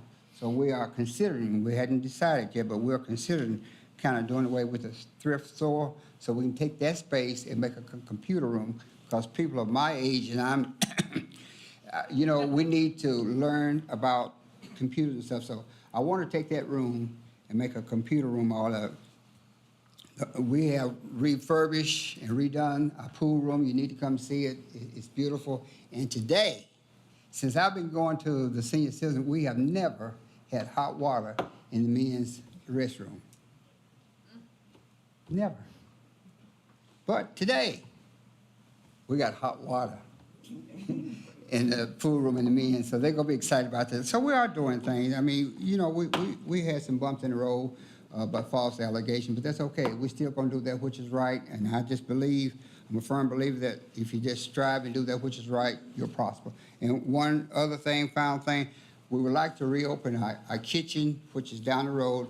You know how high food is and the cost of doing a kitchen, hiring somebody doing the cooking and all that kind of stuff costs a lot of money. So we ask you to just reconsider your donation if you would. And finally, let me say, in the presence of everybody, Ms. Beverly, Ms. Lucille, I thank you all from the depth of my heart for the work you do. Ms. Beverly, you do a lot of things that I feel like you shouldn't be doing. Cutting grass, cleaning the facility. But, you know, at this time, we don't have a choice because, you know, we just don't have the money to really to hire nobody to do anything. But we're still striving to do things better.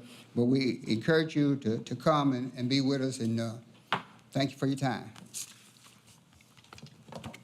Thank you. It's good to see you. Anyone else wishing to speak under public recognition on non-agenda related items?